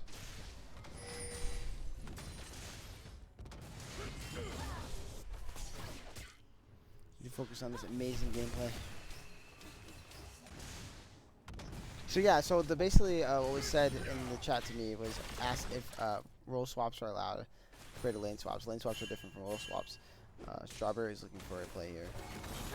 Not gonna land the judge line and will be knocked back, so no chance. well played by Empress. Yeah, Empress, nice movement. But yeah, so anyways, so what that obviously means, and for anyone wondering, is when you go into basically telling teams what you're planning to do, like you're telling, so they have proper scouting, you say this is where my 5 players are going. But if you get a favorable matchup in one such scenario, you can obviously lane swap, right? So P-Dog is the top laner, and he's playing the top lane champion, and Marika is playing mid Vayne was going to into the Garen, but they decided to switch it up. Nice dive here, top lane. Will it work out? It will. Frozen taking perfectly, and it will be an execute. Oh, well played. Yeah, really good done on that dive. But yeah, so anyways, basically that's what happened, and so I get asked that question, and it's on there for people to see. Oh! Sanus is dying as well. P-Dog is also dying. This game's going crazy right now. Rek'Sai nearly died. Sanus lives, clearly flashed away. Spectator's got me going everywhere. Couldn't even get through my dang point, man, without getting disrupted by these guys' gameplay. Do you get it now, though? Why I was saying what I was saying, CLT?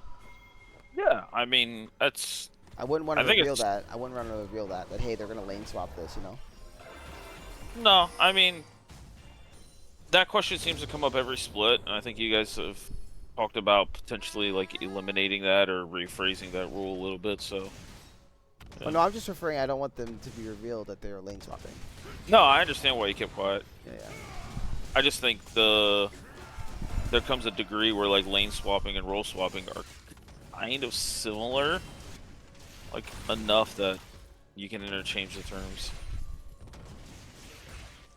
Yeah. Possibly.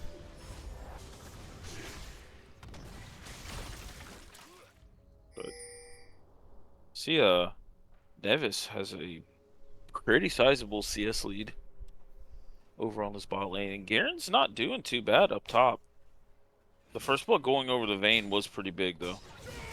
Yeah, but now the Garen is mid lane here to match P-Dog, so successful in that. Yeah.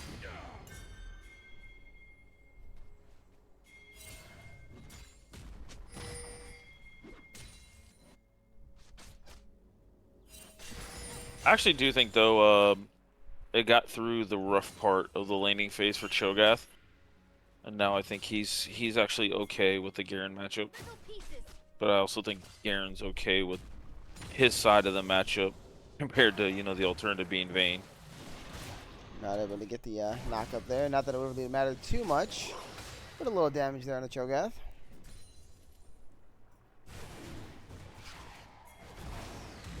And we do see the movement here. Grubs were taken for the side of both kennens. Meanwhile, SCYX is doing some work onto this Drake. Nice condemn here into the wall onto Emperor's. Emperor's gonna have to try to run away, but I don't think he's long for this world. Marika's really get the dive up just fine. Oh, Frozen's gonna flash in there, and unfortunately he will die. Vayne tanked the first turret shot, and actually is what kind of caused that. The turret was already starting to ramp up, so Wukong will be killed, and it'll be a 1-for-1. But look at that huge wave Emperor's just going to miss on the top side of the map.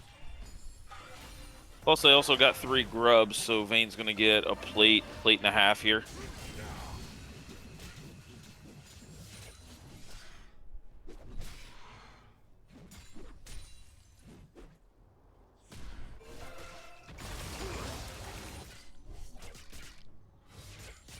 Now it's a race to the next kill. Let's see who gets it.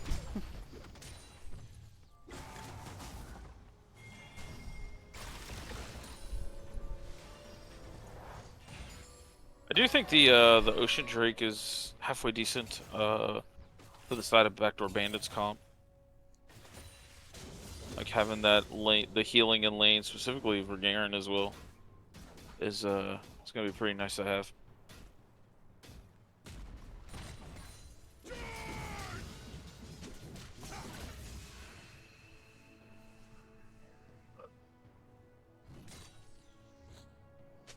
Frozen Ace looking for a play here mid onto Arctic.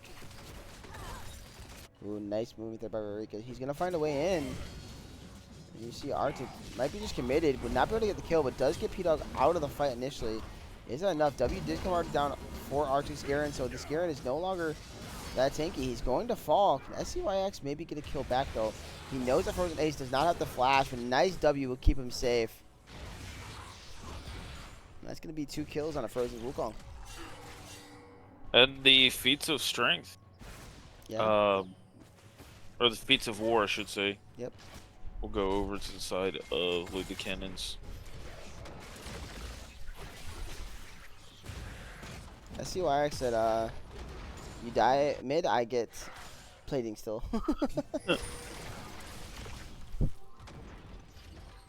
Wait, mine is not having a great time in this bot lane right now. No, he's down 20 CS, and now they're going to jump onto this Nautilus. Strawberry Milk putting himself in a risky spot, but a really nice ulti there, forcing Navis to flash away, so big Summoner Burn on this Victor. Cho'Gath still got his ult, so I don't think Arctic wants an extended fight here.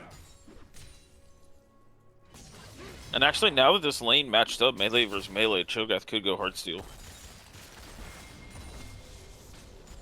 Yeah, and it looks like that's the route he's going, based on the items I'm seeing in his inventory.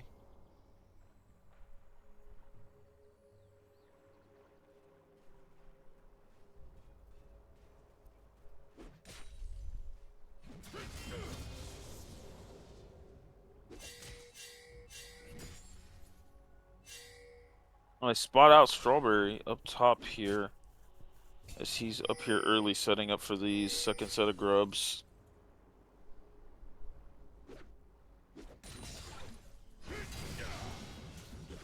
So they're still trying to set up a play here on P-Dog.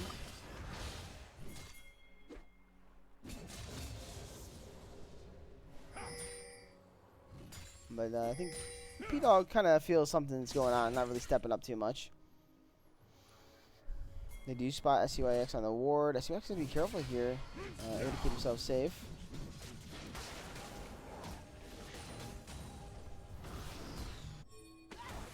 Ooh, Empress going to be caught out here, but the Condemn will not find the angle it needs. So Empress will just fine on the Celia. It looks like we're going to get ourselves a big fight. Hook, fortunately, into the wall. We have seen Minus already rotate up here. We have 5v4 here for these grubs. We do see a TP coming 5v5 now. from Navis to make this a full-on 5v5. Dredgeline is going to land. The fight's going to start. Immediately going down is Empress. Wait a second, no, he's going to flash away. No, it's not going to matter because Furica falls with the flash. Frozen in the background with the Cyclone trying to stall out. Beautiful R coming out of -2 points. But we did see a kill for SCYX's Rek'Sai. Now we're seeing the fight continue, and I don't think this is the fight that the side of Red want. Never mind, Cho'Gath flashing and getting a kill onto Navis, and a beautiful flash engage, double knock up here out of SCYX's Rek'Sai. Marika is trying to kite out the best he can, but it's not going to matter. You can't kite the, I don't know what you call Rek'Sai, bug? Voidling. Voidling thing. Yes, and now we're going to see Minus going down as well. Wait a second, maybe you can turn it back. No, Santa says, I got your back, buddy. And here's a quick little tongue lash. I think the biggest thing to note about that is Strawberry pulled the trigger so early that they didn't get a single grub. So this could be another stack of the monster feats going over. No, Frozen has arrived. Nice Dredgeline is going to land onto SCYX. They got to know that Frozen's in the area, but here comes in another TP. We are just going to continue to fight over these grubs. This is a very, very bloody early game. Here comes down the Weaver's Wall. It's going to put Frozen in a really, really bad spot. Frozen hopefully has W soon. As of right now, he's going to get silenced up. Nice E, though, coming out of the Seraphine. There goes the Tahm Kench. The fight is continuing to break out. Now Empress has to run. We do see P-Log does have his heart steal. Will be a lot of damage if he gets off that auto. Yeah, this will be a fight he could start stacking it up quite quickly. But Backdoor ends up taking one of the grubs, so the feats will not count here for Epic Monsters. P-Dog actually gets a stack of his ult off on one of the Void Grubs. Marika, though, on the hunt. You might be able to get this plate, Navis, but you're going to be giving your life. Nice condemn into the wall, tanking the turret. Navis knows that this is the end. Dredgeline will land onto the Tahm Kench. Sandy's going to be rooted up by a very nice Eden with beautiful ult and a beautiful cyclone. A lot of CC, but he's going to have the gray health come out. How tanky can this Tahm Kench be here? So far surviving, but no, Frozen's going to get the kill. SCYX going to trade one back. Now it's going to be SCYX versus Frozen Ace. Oh, but he's going to dash to the wall. It's going to go right to Marika. Into a contempt. He's going to be able to get out here. All of these tunnels keeping him safe. Garen has arrived, though. He's got the Q up. Just going to scare them off. What happened? This game got so bloody so quick. Land Shark. Okay, I agree. I'm going to call Rek'Sai a Land Shark from now on. And look, P-Dog now back in his natural habitat. Yep. Man, this game got so bloody so quick. Yeah, they had a... sorry, the kennens had really good angles for the fight, but I think the fight in this upper like jungle area, the backline got so separated going after Victor and Talia that the front line just kind of collapsed. But luckily there was so short death timers that they ended up going back for the grubs. And overall, getting five Voidling spawns for a split pusher like Vayne. Or even this Cho'Gath that just basically killed the entire turret while all that fighting is happening on the last side of the map. This is also, does he have, yeah, this is Cho'Gath with Demolish as well. This turret's not long for this world. Can Arctic somehow defend? I really don't think he can. Nonetheless, we are going to get another fight here over this Drake. As the Drake's already started up, they will spot out SCYX. It's down low already. Doesn't look like there's going to be an opportunity to smite. No, it will be taken over by this Wukong. So monster feats are tied 1-1. But Load the Cannons could get the feats for this first turret here, judging from you know, how P-Dog keeps pushing this here. Yeah. And Cho'Gath's at this point where he can stand his ground against Garen quite easily. Yeah, the Garen just did not get enough gold early on, so Yep. Garen just can't really tank this. Now, luckily, P-Dog did use his eat, but you see he's trying to keep it. He's doing whatever he can to stall it out, but I don't think he's long for this world, man. You can try all you want. Eventually, Cho'Gath will either kill you or get the turret. Garen does not have TP. Let's see if SCYX tries to come to defend. Maybe they really want to stop Feast from going over. Looks like he's going to. But again, even if they start fighting, this guy just going to one slap and it's going to be it. This turret should die here. That's going to be the turret going over, but they will be able to get the kill onto this Cho'Gath. So a shutdown for SCYX. But unfortunately, Feats do go over to load the cannons. Yeah, and great heads-up play for P-Dog, knowing that he's probably dying there to try and get the Demolish proc off and get those feats over. Because if not, there's a chance that they pick up Rift Herald or even Snowball this bot lane turret and destroy it. Yeah, and I think it's a smart decision to give over Herald here. You don't really have to set up. The most fed member obviously is Marika at the moment. Well, actually, Wukong too. Wukong, yeah, Wukong's pretty strong, but Wukong can be blown up. That's his one thing about him, you know, depending on the champions that are around him. Frozen looks like he's trying to look at this bot lane here. Yeah, he's trying to find an angle, and he does have his flash, so there definitely could be a play set up, but it looks like the TK is coming down, kind of aware that AD carry is not safe, or in this case, AP carry. Yeah, I think it was actually a good thing that they didn't pull the trigger there, because if he... Really well played. Killing the minion to allow the Nautilus to have an opportunity there to get the Dredge line, but it will not land. Bit of an aggressive play by Strawberry. I don't know if that's what you want to do. Does barely survive by the skin of his teeth, but is forced to burn all of his HP. And now we're seeing like they really want to chase here. I saw TP coming from this Victor. Maybe it's just to defend. Oh wait, Wukong gotta be really good, careful here. Kind of jumping in, putting himself at risk. Forced to burn his Cyclone.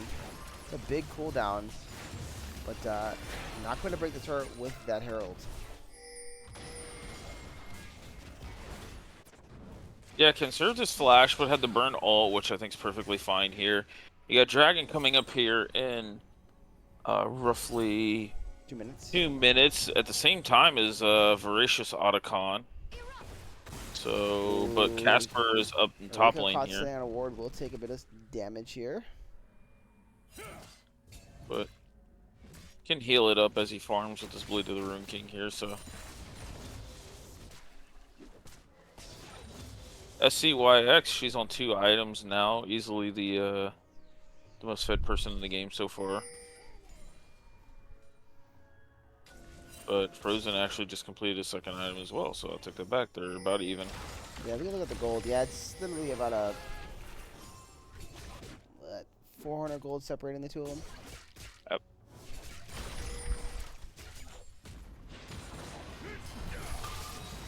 Looks like they want to try to make a play onto this Cho'Gath. Oh, well, SCIX does not get the knock-up.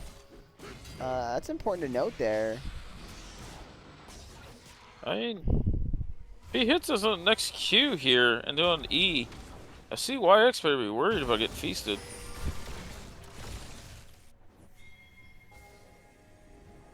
Oh, he's gonna spot him out. Trying to figure out miss.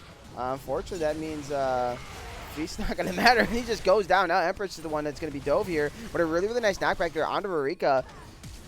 Frozen's gonna flash in. We've kind of seen this song and dance a couple times here from Frozen, but I guess no angle to get the kill. So Monkey burning his flash for no reason. Now he's forced to run. He's gonna have to drop his W to escape.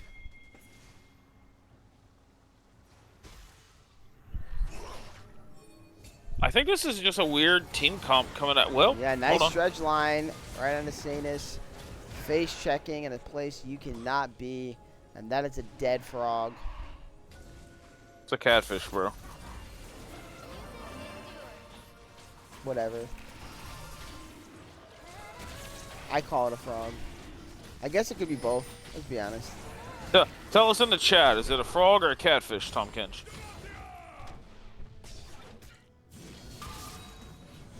I've always looked at him as a frog.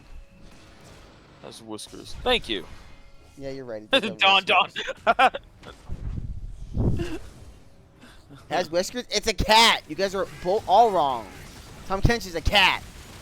The catfish. No, a cat, not a fish. It's catfish, bro. Oh, Arctic. Well, I don't think Arctic's long for this world. That eat was not enough. Now Arctic's going to kite it out, and Empress is slowly but surely going to The kill. hard steel stack. Oh, that I'm was sure, a right? bad hard steel stack. All right, so now Arctic's going to come in and finish the kill, I think. Wait, it's just, was the ult necessary? Name a fish with legs. I got you. Rek'Sai. Sharks are technically classified as fish, by the way. So We're not having if, this if conversation. Rek'Sai is a land shark, then Dude, Backdoor Rek'Sai bandits is a is about to fish. get Otacon, all right? The focus is on the Otacon, and so far, both teams are trading heavily. We do see Donald being pushed out. Nice charm there onto this SCYX. Gone Oh, is the Frozen. land shark. Frozen does get the secure. Now Arctic is forced to run away as Eureka is just popping off, doing so much damage. Ooh, nice E laid down Oh, there. Eureka gets stunned. Strawberry will die, but You're so Not a deep true into death. the lane, just die. Yeah, but P-Dog has his tempo here on this mid turret. Rageblade getting completed by Vayne. I think she can start to definitely take over team fights with this. Still would like to see her get to her third item, but Rageblade's pretty good.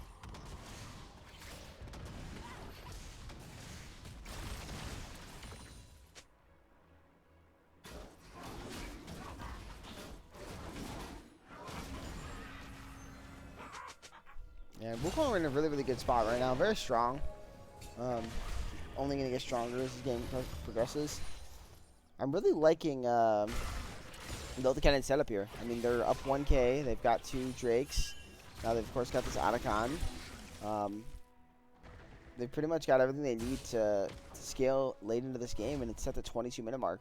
So count down the timer. Frozen. We're going to talk about this. Tier 3 boots already. Flashing from Strawberry, nice dredge line lands onto Empress. When we try to kite this out, you see Sane is trying to run. The Condemn looks like it's actually going to save the Cat Frog.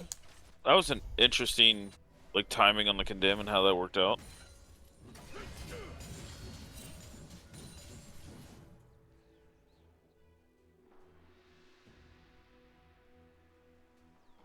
Who, when it comes to the junglers and definitely scaling, do you give the edge to Wukong or Rek'Sai?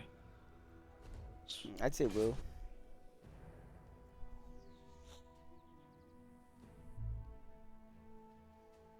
This Cho'Gath is going to be a menace now.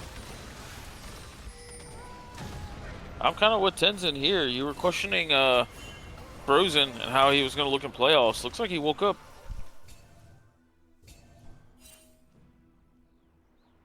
I mean, I did say it in game 1 already. I stated that. I think he looked a lot better in game 1.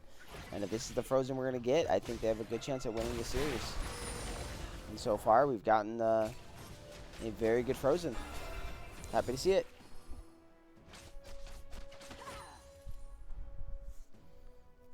I mean, he did have 2 questionable plays on the Vi, but, I mean, sometimes you get caught up in that. I must save my teammates. So, I think that was a little stemmed by Rurika, just getting caught out there. But I agree, Frozen shouldn't have went for the save here. yeah, like I said, I definitely give it to Wukong. Even if you take away actual scaling on how they scale as champions specifically, if you look at their team fighting abilities, I think Wukong's team fighting is way better as the game progresses. So Rek'Sai thrives a lot in skirmishes. Now I know the change into the ability to knock out multiple members, and if Rek'Sai can find that angle, that's awesome. But it doesn't really mean that Rek'Sai is a better team fighter than Wukong.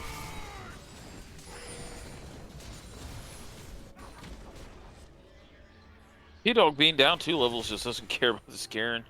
He went for the most scaling Cho'Gath build you could do for a tank, and he's almost already there. So it's gonna be a big beefy Cho'Gath.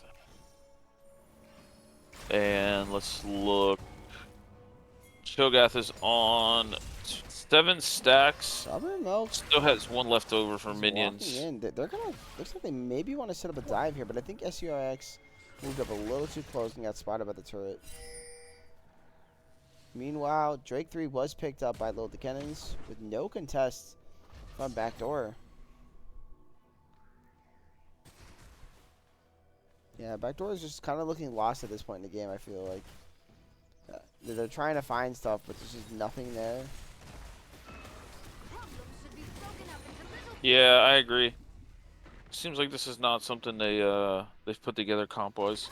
No, and no. Unfortunately, Emperor's going to walk right into a Vayne. Frozen's actually going to KS that kill, but that is a dead Talia.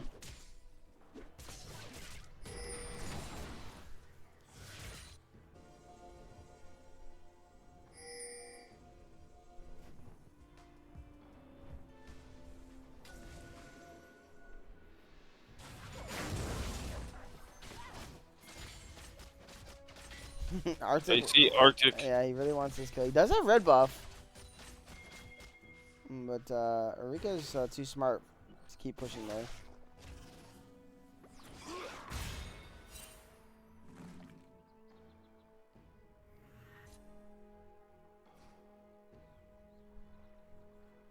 That would have been an interesting duel to watch. Vayne's pretty strong at this point. I think Vayne Yeah. obviously wins it. Yeah, but Demacia. Demacia! I will say, even though Lil Kennens had taken, I wouldn't say they've taken bad fights, but they definitely haven't played them out as optimal. They've kept this slow pace. It feels like they haven't forced this game. Kind of like the game one, where their mid game was lacking a little bit here. So Yeah, not being overly aggressive. It's definitely I been think something they- they've done. yeah, they definitely know their win con this game a little bit better. And it's a little touch more of a standard comp than, like, you know, Mbessa mid and Amel, something wonky like that. So, Havoc, Cho'Gath stat check. I got you.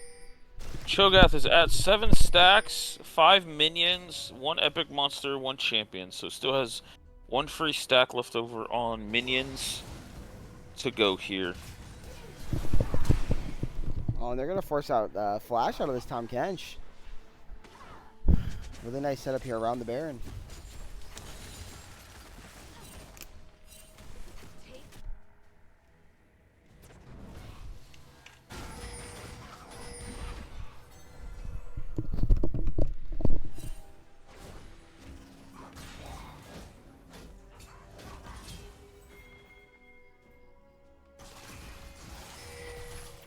Oh, left Frozen there. Yeah, did they catch Frozen or did they catch Arctic? Arctic looks to be in a bad spot, forced to flash away. But Weaver's Vault did come in. But Frozen looks to be safe, going to heal off of this plant and be just fine.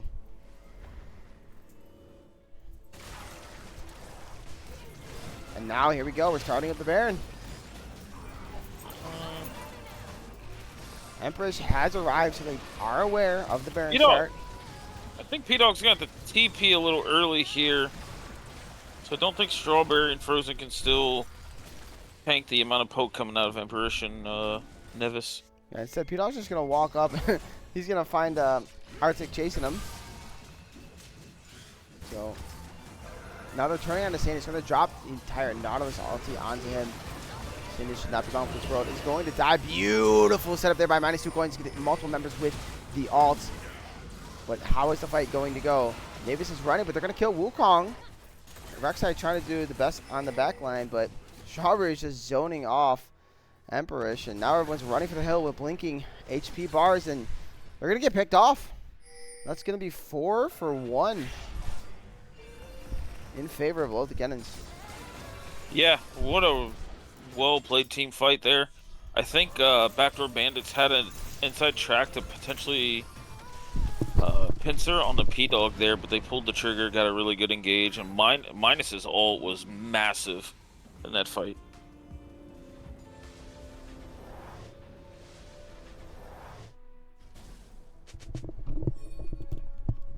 I'm surprised they didn't try to maybe take that turret there. But I think it was a good decision just to back off, but I think they had an opportunity. Yeah, I think they wanted Tempo to go after this dragon since it's their sole point. Who If they'd have needs? stayed too long, they would have been misaligned on the tempo. But no flash on this Tom Kench here. Tom Kench is dead. Once again, getting caught out. Nice ulti there onto Navis. This Victor is not long for this world. They're going to be killed there by Frozen. And once again, on the back foot, is Backdoor Bandits here.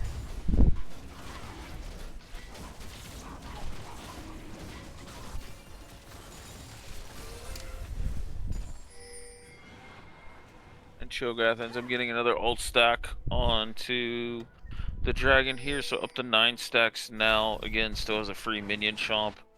And he's at almost 7,000 HP, sitting at 6,600 right now. Jeez Louise.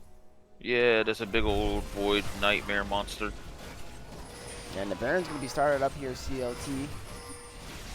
I don't think they're going to be able to have enough response. I mean, they are trying to move over. It's under half. The CYX is not really in the vicinity or doesn't really want to contest. It looks like Emperorish does. But yeah, this Baron's going to fall. I mean, they have P-Dog from E, but they're just going to smite it. And, Cho'Gath's ult just came back up when he smited. looks like they might have been waiting for it. But then he said, nah, I'm taking it. Too close, too close. Yeah, but Cho'Gath is now flanking this Garen here. We'll see what comes of this. Arctic, he's going to try to run. Does get the phase rush proc, but a nice Cyclone to keep him locked in place. P-Dog will pick up the kill. And once again, 10 stacks.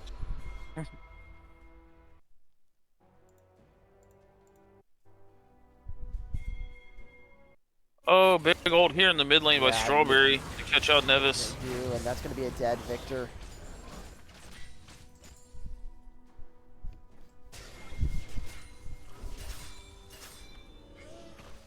Oh no, now Emperor's going to get caught out, and it's just kind of Yeah, but he's falling gonna phase apart. rush. Should be okay to run, but I mean the stall could be a big difference here. So right now there's only 2 to defend.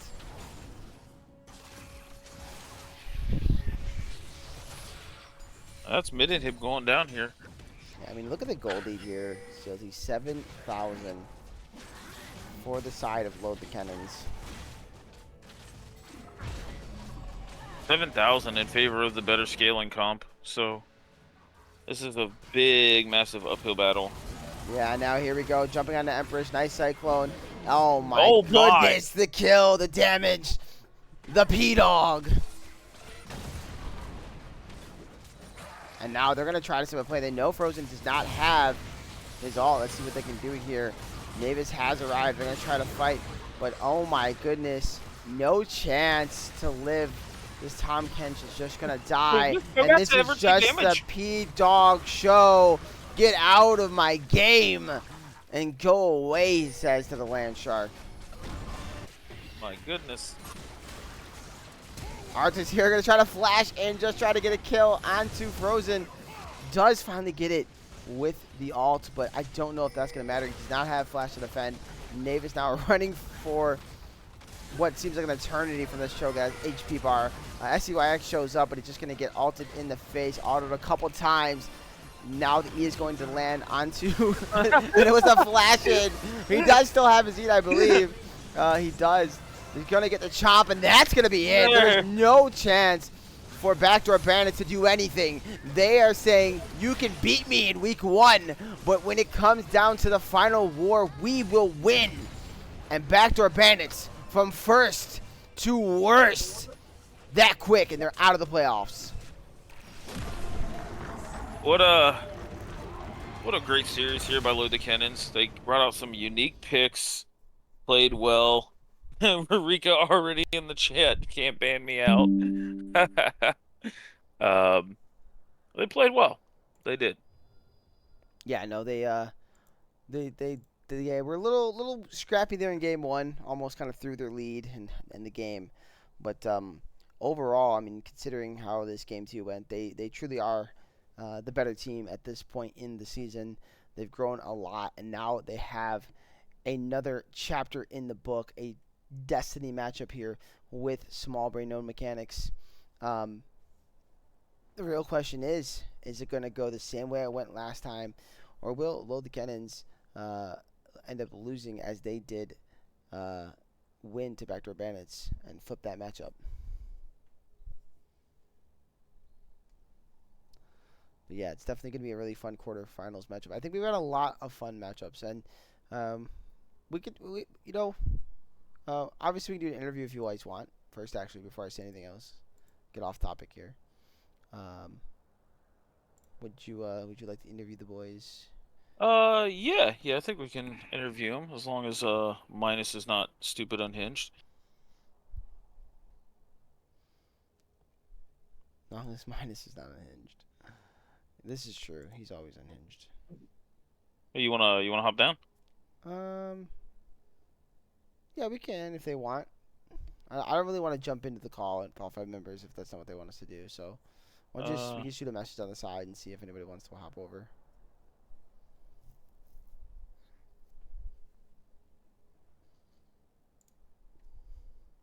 Minus said yeah. So Of course, Minus. of course, Of course, all of us, or of course, Minus only. yes. Just we can hop down. Okay, all right. Yeah. Hello. The fuck you saying about me being unhinged? Hello? Oh my Kiss God. my ass. I just won. I deserve to be unhinged. And here it starts. I Okay, you apologize. continue now. I apologize on his behalf. Yes, You that can't makes sense. apologize for a mod. Honestly, I'm an admin. I'm An untouchable. admin, yeah. Yeah, I'm untouchable, bro. God damn it, Minus. You're not the owner. You're not the owner, so you are touchable. Remember. I mean, true, but like, I'm pretty untouchable. You're so untouchable. They put you on Seraphine duty game too. Mage, where you at? Kick this guy off. He's done for. The grudge. Hey, I want to start with something because I was really happy to see the performance today. So I'm going to start with this question, and it's going to go out to the jungler here, Frozen. How does it feel to be back? Because you just looked way better than you have the entire split. Almost like the playoffs. You just are like Tom Brady. You turned into something different. It definitely feels a lot better than the regular season, I'm not gonna lie. Went from depressing, like feeling like I didn't belong on the team, to doing a lot better. I think it's also just understanding. I think we've got enough time together that I've understood where I kind of stand and what I need to do for the team, rather than what I've previously been used to. It's a little bit different in that I don't have to feel like I need to do everything with this team, so it feels really good to be back, and I feel like a weight's kind of lifted off my shoulders. Yeah, there's nothing wrong with sometimes, and I don't mean this in a way disrespectfully to anybody. Sometimes you sit back and you kind of more of a role player in certain circumstances. It could be a game-to-game basis. It could be just what the team dynamic is. It doesn't mean you're a bad player. It just means that you don't need to be that pop-off carry or whatever, Or in some circumstances, you don't need to be that engaged because you've got a guy that does that, right? In Strawberry. Yeah, that's my man. Yeah. So yeah, it definitely is nice. But yeah, you played a lot better today. I think there was a couple little small plays on the Vi where I was like, we're all like, what is going on? But you kind of brought it back. I mean, the old team kind of seemed out of sync in game 1 after that initial start to the game. So we can actually lead that into that question, and this can go to any 5 of you who want to answer it. What kind of happened there in the mid game? Because after the Otacon, things just went completely wild. I can take this if the boys are cool with it. Yeah, go for it. Go for it. So there was a little bit of a delay, and by delay I mean all of our brains collectively turned off. Now, however, I tried very hard to say, let him die, leave him be, don't go in. Somebody else said, I'm going in, and then Frozen was like, okay, and then he goes in, and then he dies. And then there was like another point where Rika flashed over the wall. Things weren't really being communicated. It was just like a collective like. Yo, I said Oh, I'm good 15 times, bro. yeah. So yeah, you said he was good, and then the other guy heard, like, oh, I'm going in, or like, oh, I'll help you out. And I mean, this happened what 3 2 times. weeks ago, or 2 weeks ago when I heard, oh, let's go in, and then we had another instance exactly like this, but we're learning. So. We're learning. Yeah. Yeah. Communication is key. Keep the comms. Yeah. Keep the comms clean for that, right? Yeah, just a small error. Yeah. And by small, I mean a lot. Yeah. I mean, you guys were up like almost 6K, and then all of a sudden it was an even game. So. Yeah. That was pretty wild. But CLT, would you got any questions for them revolving around game 1, game 2, anything you're interested in? Yeah. Rika, was it just a point to not play AP Champions today? I can't leak that, bro. Okay. That's what I thought. No, I'm gonna be honest. I'm gonna be honest on that question. Like, Oh, that's what I'm scared of the most. Oh, we were very confident coming into this series, and we had a lot of different reads here. Like, it was we had a lot of different angles, and we kind of predicted game one for the most part what it was going to look like. Mhm. So We were anticipating that Mel pick, and I've already prepared a lot of counter picks into Mel. So, yeah. Yeah, I mean, we can touch on Mel too since we're talking about it now. My opinion, I don't know if everyone's heard me. I really don't think Mel is like a broken champ by any means. Obviously, I don't think she's a B1 pick. What are your guys' thoughts on Mel personally as a team? I still don't know what the champ does. Okay. She's okay. I think she's good, but I don't think she's good enough to just like slot into any situation. I think she is circumstantial, but put her in the right circumstance, I do think she is busted in very like specific scenarios. I think she had a chance to pop off game one once they started coming back, but I don't think we ever got to the point where we were just like straight up dancing and throwing abilities at each other and looking for a 5v5. I think the thing with both of the team comps we kind of went with was there's a lot of a pick involved, and I just don't think that's something that she plays well into. I honestly think that Mel is a like counter pick only type of champion, not your like center win out type champion, if that makes sense. Yeah, I definitely agree with that take, Strawberry, and as well, Frozen. What you said, she does feel like because she has so many. Honestly, this is what I think. I think she has tons of counters, and when I say tons, I mean like not just 1v1. I'm talking just overall playstyle wise. Like I don't think she slots in a lot of great places, especially in competitive. I actually think this is the same conversation with Mbessa. I think Mbessa was picked in a decent spot here. The Poppy kind of made your life a little annoying, but yeah, like I think it worked, and I think it worked really well into Mel because Mel's struggling with things in her face. Yep. But yeah, I think it's one of those picks in competitive where you got to slot it in the right spot. You got to probably be a very proficient player on that champion, and the fact that it's been out for like what 5 days, I can't imagine anybody in this server, let alone anywhere across the world right now, is like a really just like the best Mel player in the world. So, yeah, the champion will need time to cook for sure. So I'm generally curious if we'll see it more throughout the playoffs. Honestly, I hope not. Not from what I've seen of it so far.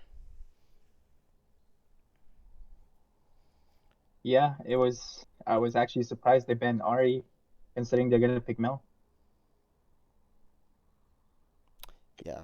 Yeah, I was intrigued by that too, actually. Like, I think you hold the Mel pick, if anything, there. Yeah, I agree. So, but hey, this is something that maybe they go back to the drawing board. Hopefully, they come back next split. They were fun to watch and fun to see. And they go back to the drawing board and say, we got to clean up our drafts. Because I do think this series came down to some draft mishaps for sure, regardless of gameplay. But yeah, game two, I think we could touch on that real quick. You end up picking the Vayne. I assume you were just like, I know this guy does this Garen cheesy stuff, so I'll just pick Vayne as Garen. Was the thought process? Did you guys expect it though to be a flex pick? I can't We leak kind that. of I can't leak if it was gonna be a flex pick, but No, I'm referring to the and Garen. doing- Referring to the Garen. oh yeah, that's what I was like.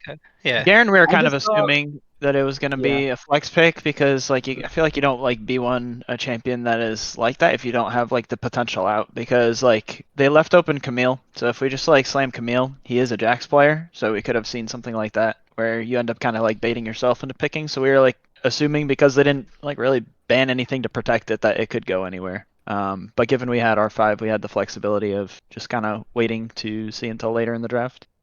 Yeah, absolutely. Good take. Good take. Yeah, I already know the Vayne's a flex pick. It's not going to minus though. Like I don't play Vayne. That's wild. And I was gonna play Zedekine, and then my teammates were like, "No, you're not playing Mage. Not today, buddy." I honestly thought you were playing the Cho'Gath. Let's be real. yeah, Cho'Gath 1v1. No, no, one. no, Maybe next series, right? Cho'Gath mid, maybe. If you guys don't ban me out, I'll bust it out. Oh, so if we don't ban any of your champions, they'll do it. We'll handshake this. Cho'Gath game one. Maybe. It I sounds. need to work on it first. That sounds pretty memey. I don't know if my team will be down to handshake game one. Weird, like just let's just draft whatever type thing. Okay, they're going Cho'Gath mid, so Zema, you have to play something that's fair into it. You can't just meme them. You know, Garen mid, I guess it is.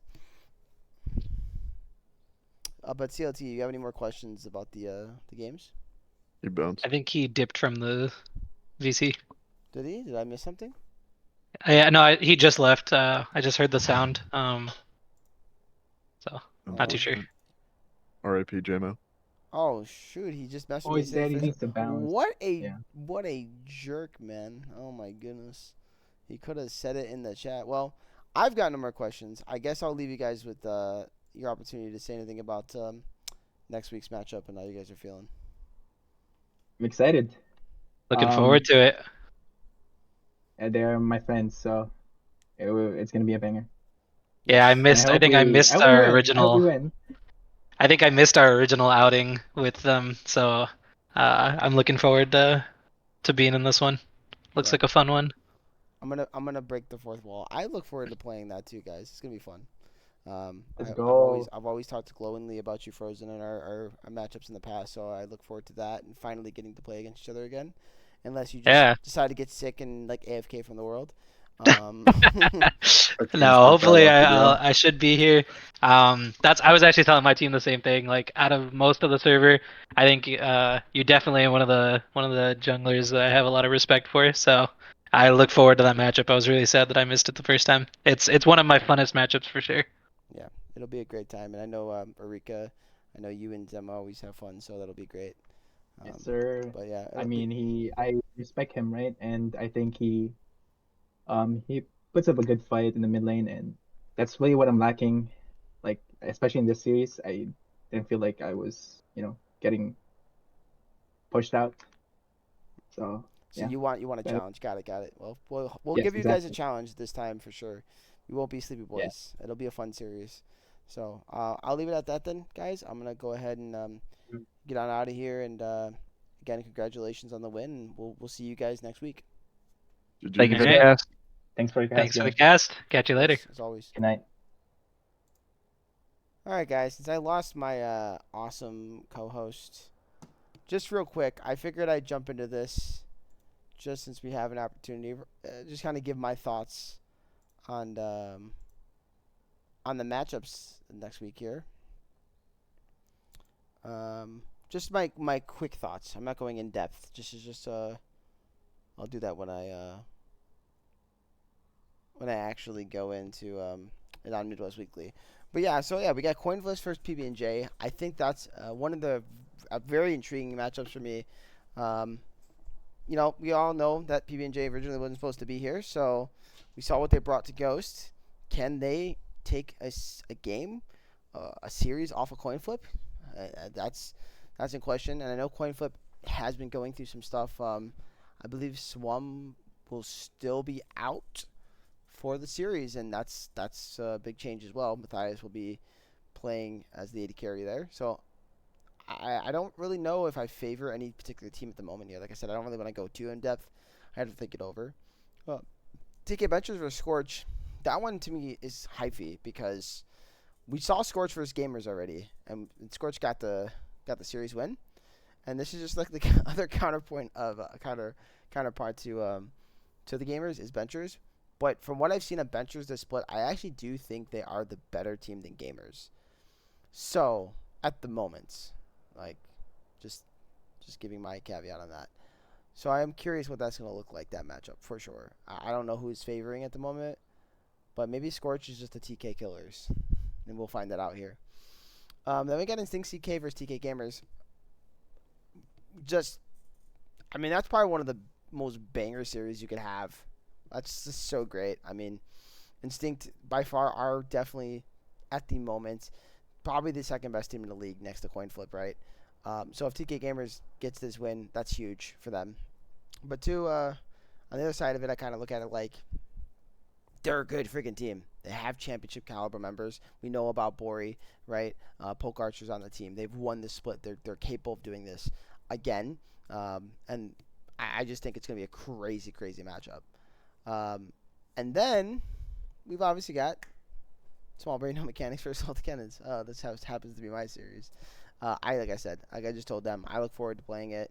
I think it'll be an exciting series. I don't think the outcome will be the same as last time. What I mean by that is, regardless of who wins or loses, it's going to be a lot closer of a series, in my estimate. So it'll be really, really fun. Of course, I believe in my boys, so I'm not going to lie to you guys. I'm going to pick us regardless, but I think Marika and the boys would do the same for them, right? Why would you ever pick against yourself? So I do think we can win that series. But it's going to be really, really fun, and it's going to be a really good test for both teams. Whoever wins that could easily win it all, especially how low the Kennens looks right now. So, yeah, but that's the 4 matchups we got next week. It's been an exciting first week, and that's pretty much it. So I'm going to close off the stream. Thank you for everyone that came out. I know we've obviously lost some of the chat already, but to anybody that watched today, to anybody that watched any of the games over the weekend, thank you again. We love the turnout. We love you guys hanging out. And we will see you guys hopefully sometime during the week for a cast. If not, you will definitely catch me on the show. And then, and last thing, if you haven't already, go vote for the MVP, please. I think we're going to keep it up probably till Wednesday. So get in there, vote. It's for regular season. It is not for what happened in these matchups today or yesterday. So scrub that out of your head. Whatever happened in the first 5 weeks is all that matters for the MVP there. We will have a finals MVP when we get to finals, so we have a separate award for that. So yeah, please get out there and please vote. But yeah, that's pretty much it. And then yeah, I wanted to ask this: if you guys want me to continue the power rankings, because I don't know if it's really necessary. We already went over the 12 teams going into playoffs, and you saw my power rankings already. If you guys want us to continue it, let me know. Maybe shoot me a message on the side, and I'll keep doing it until we get to finals. Because I don't mind, but it just feels less necessary now. But yeah, all right. So that's gonna be it. GG guys. You guys all have a wonderful night, and I will be catching you guys on the flip side.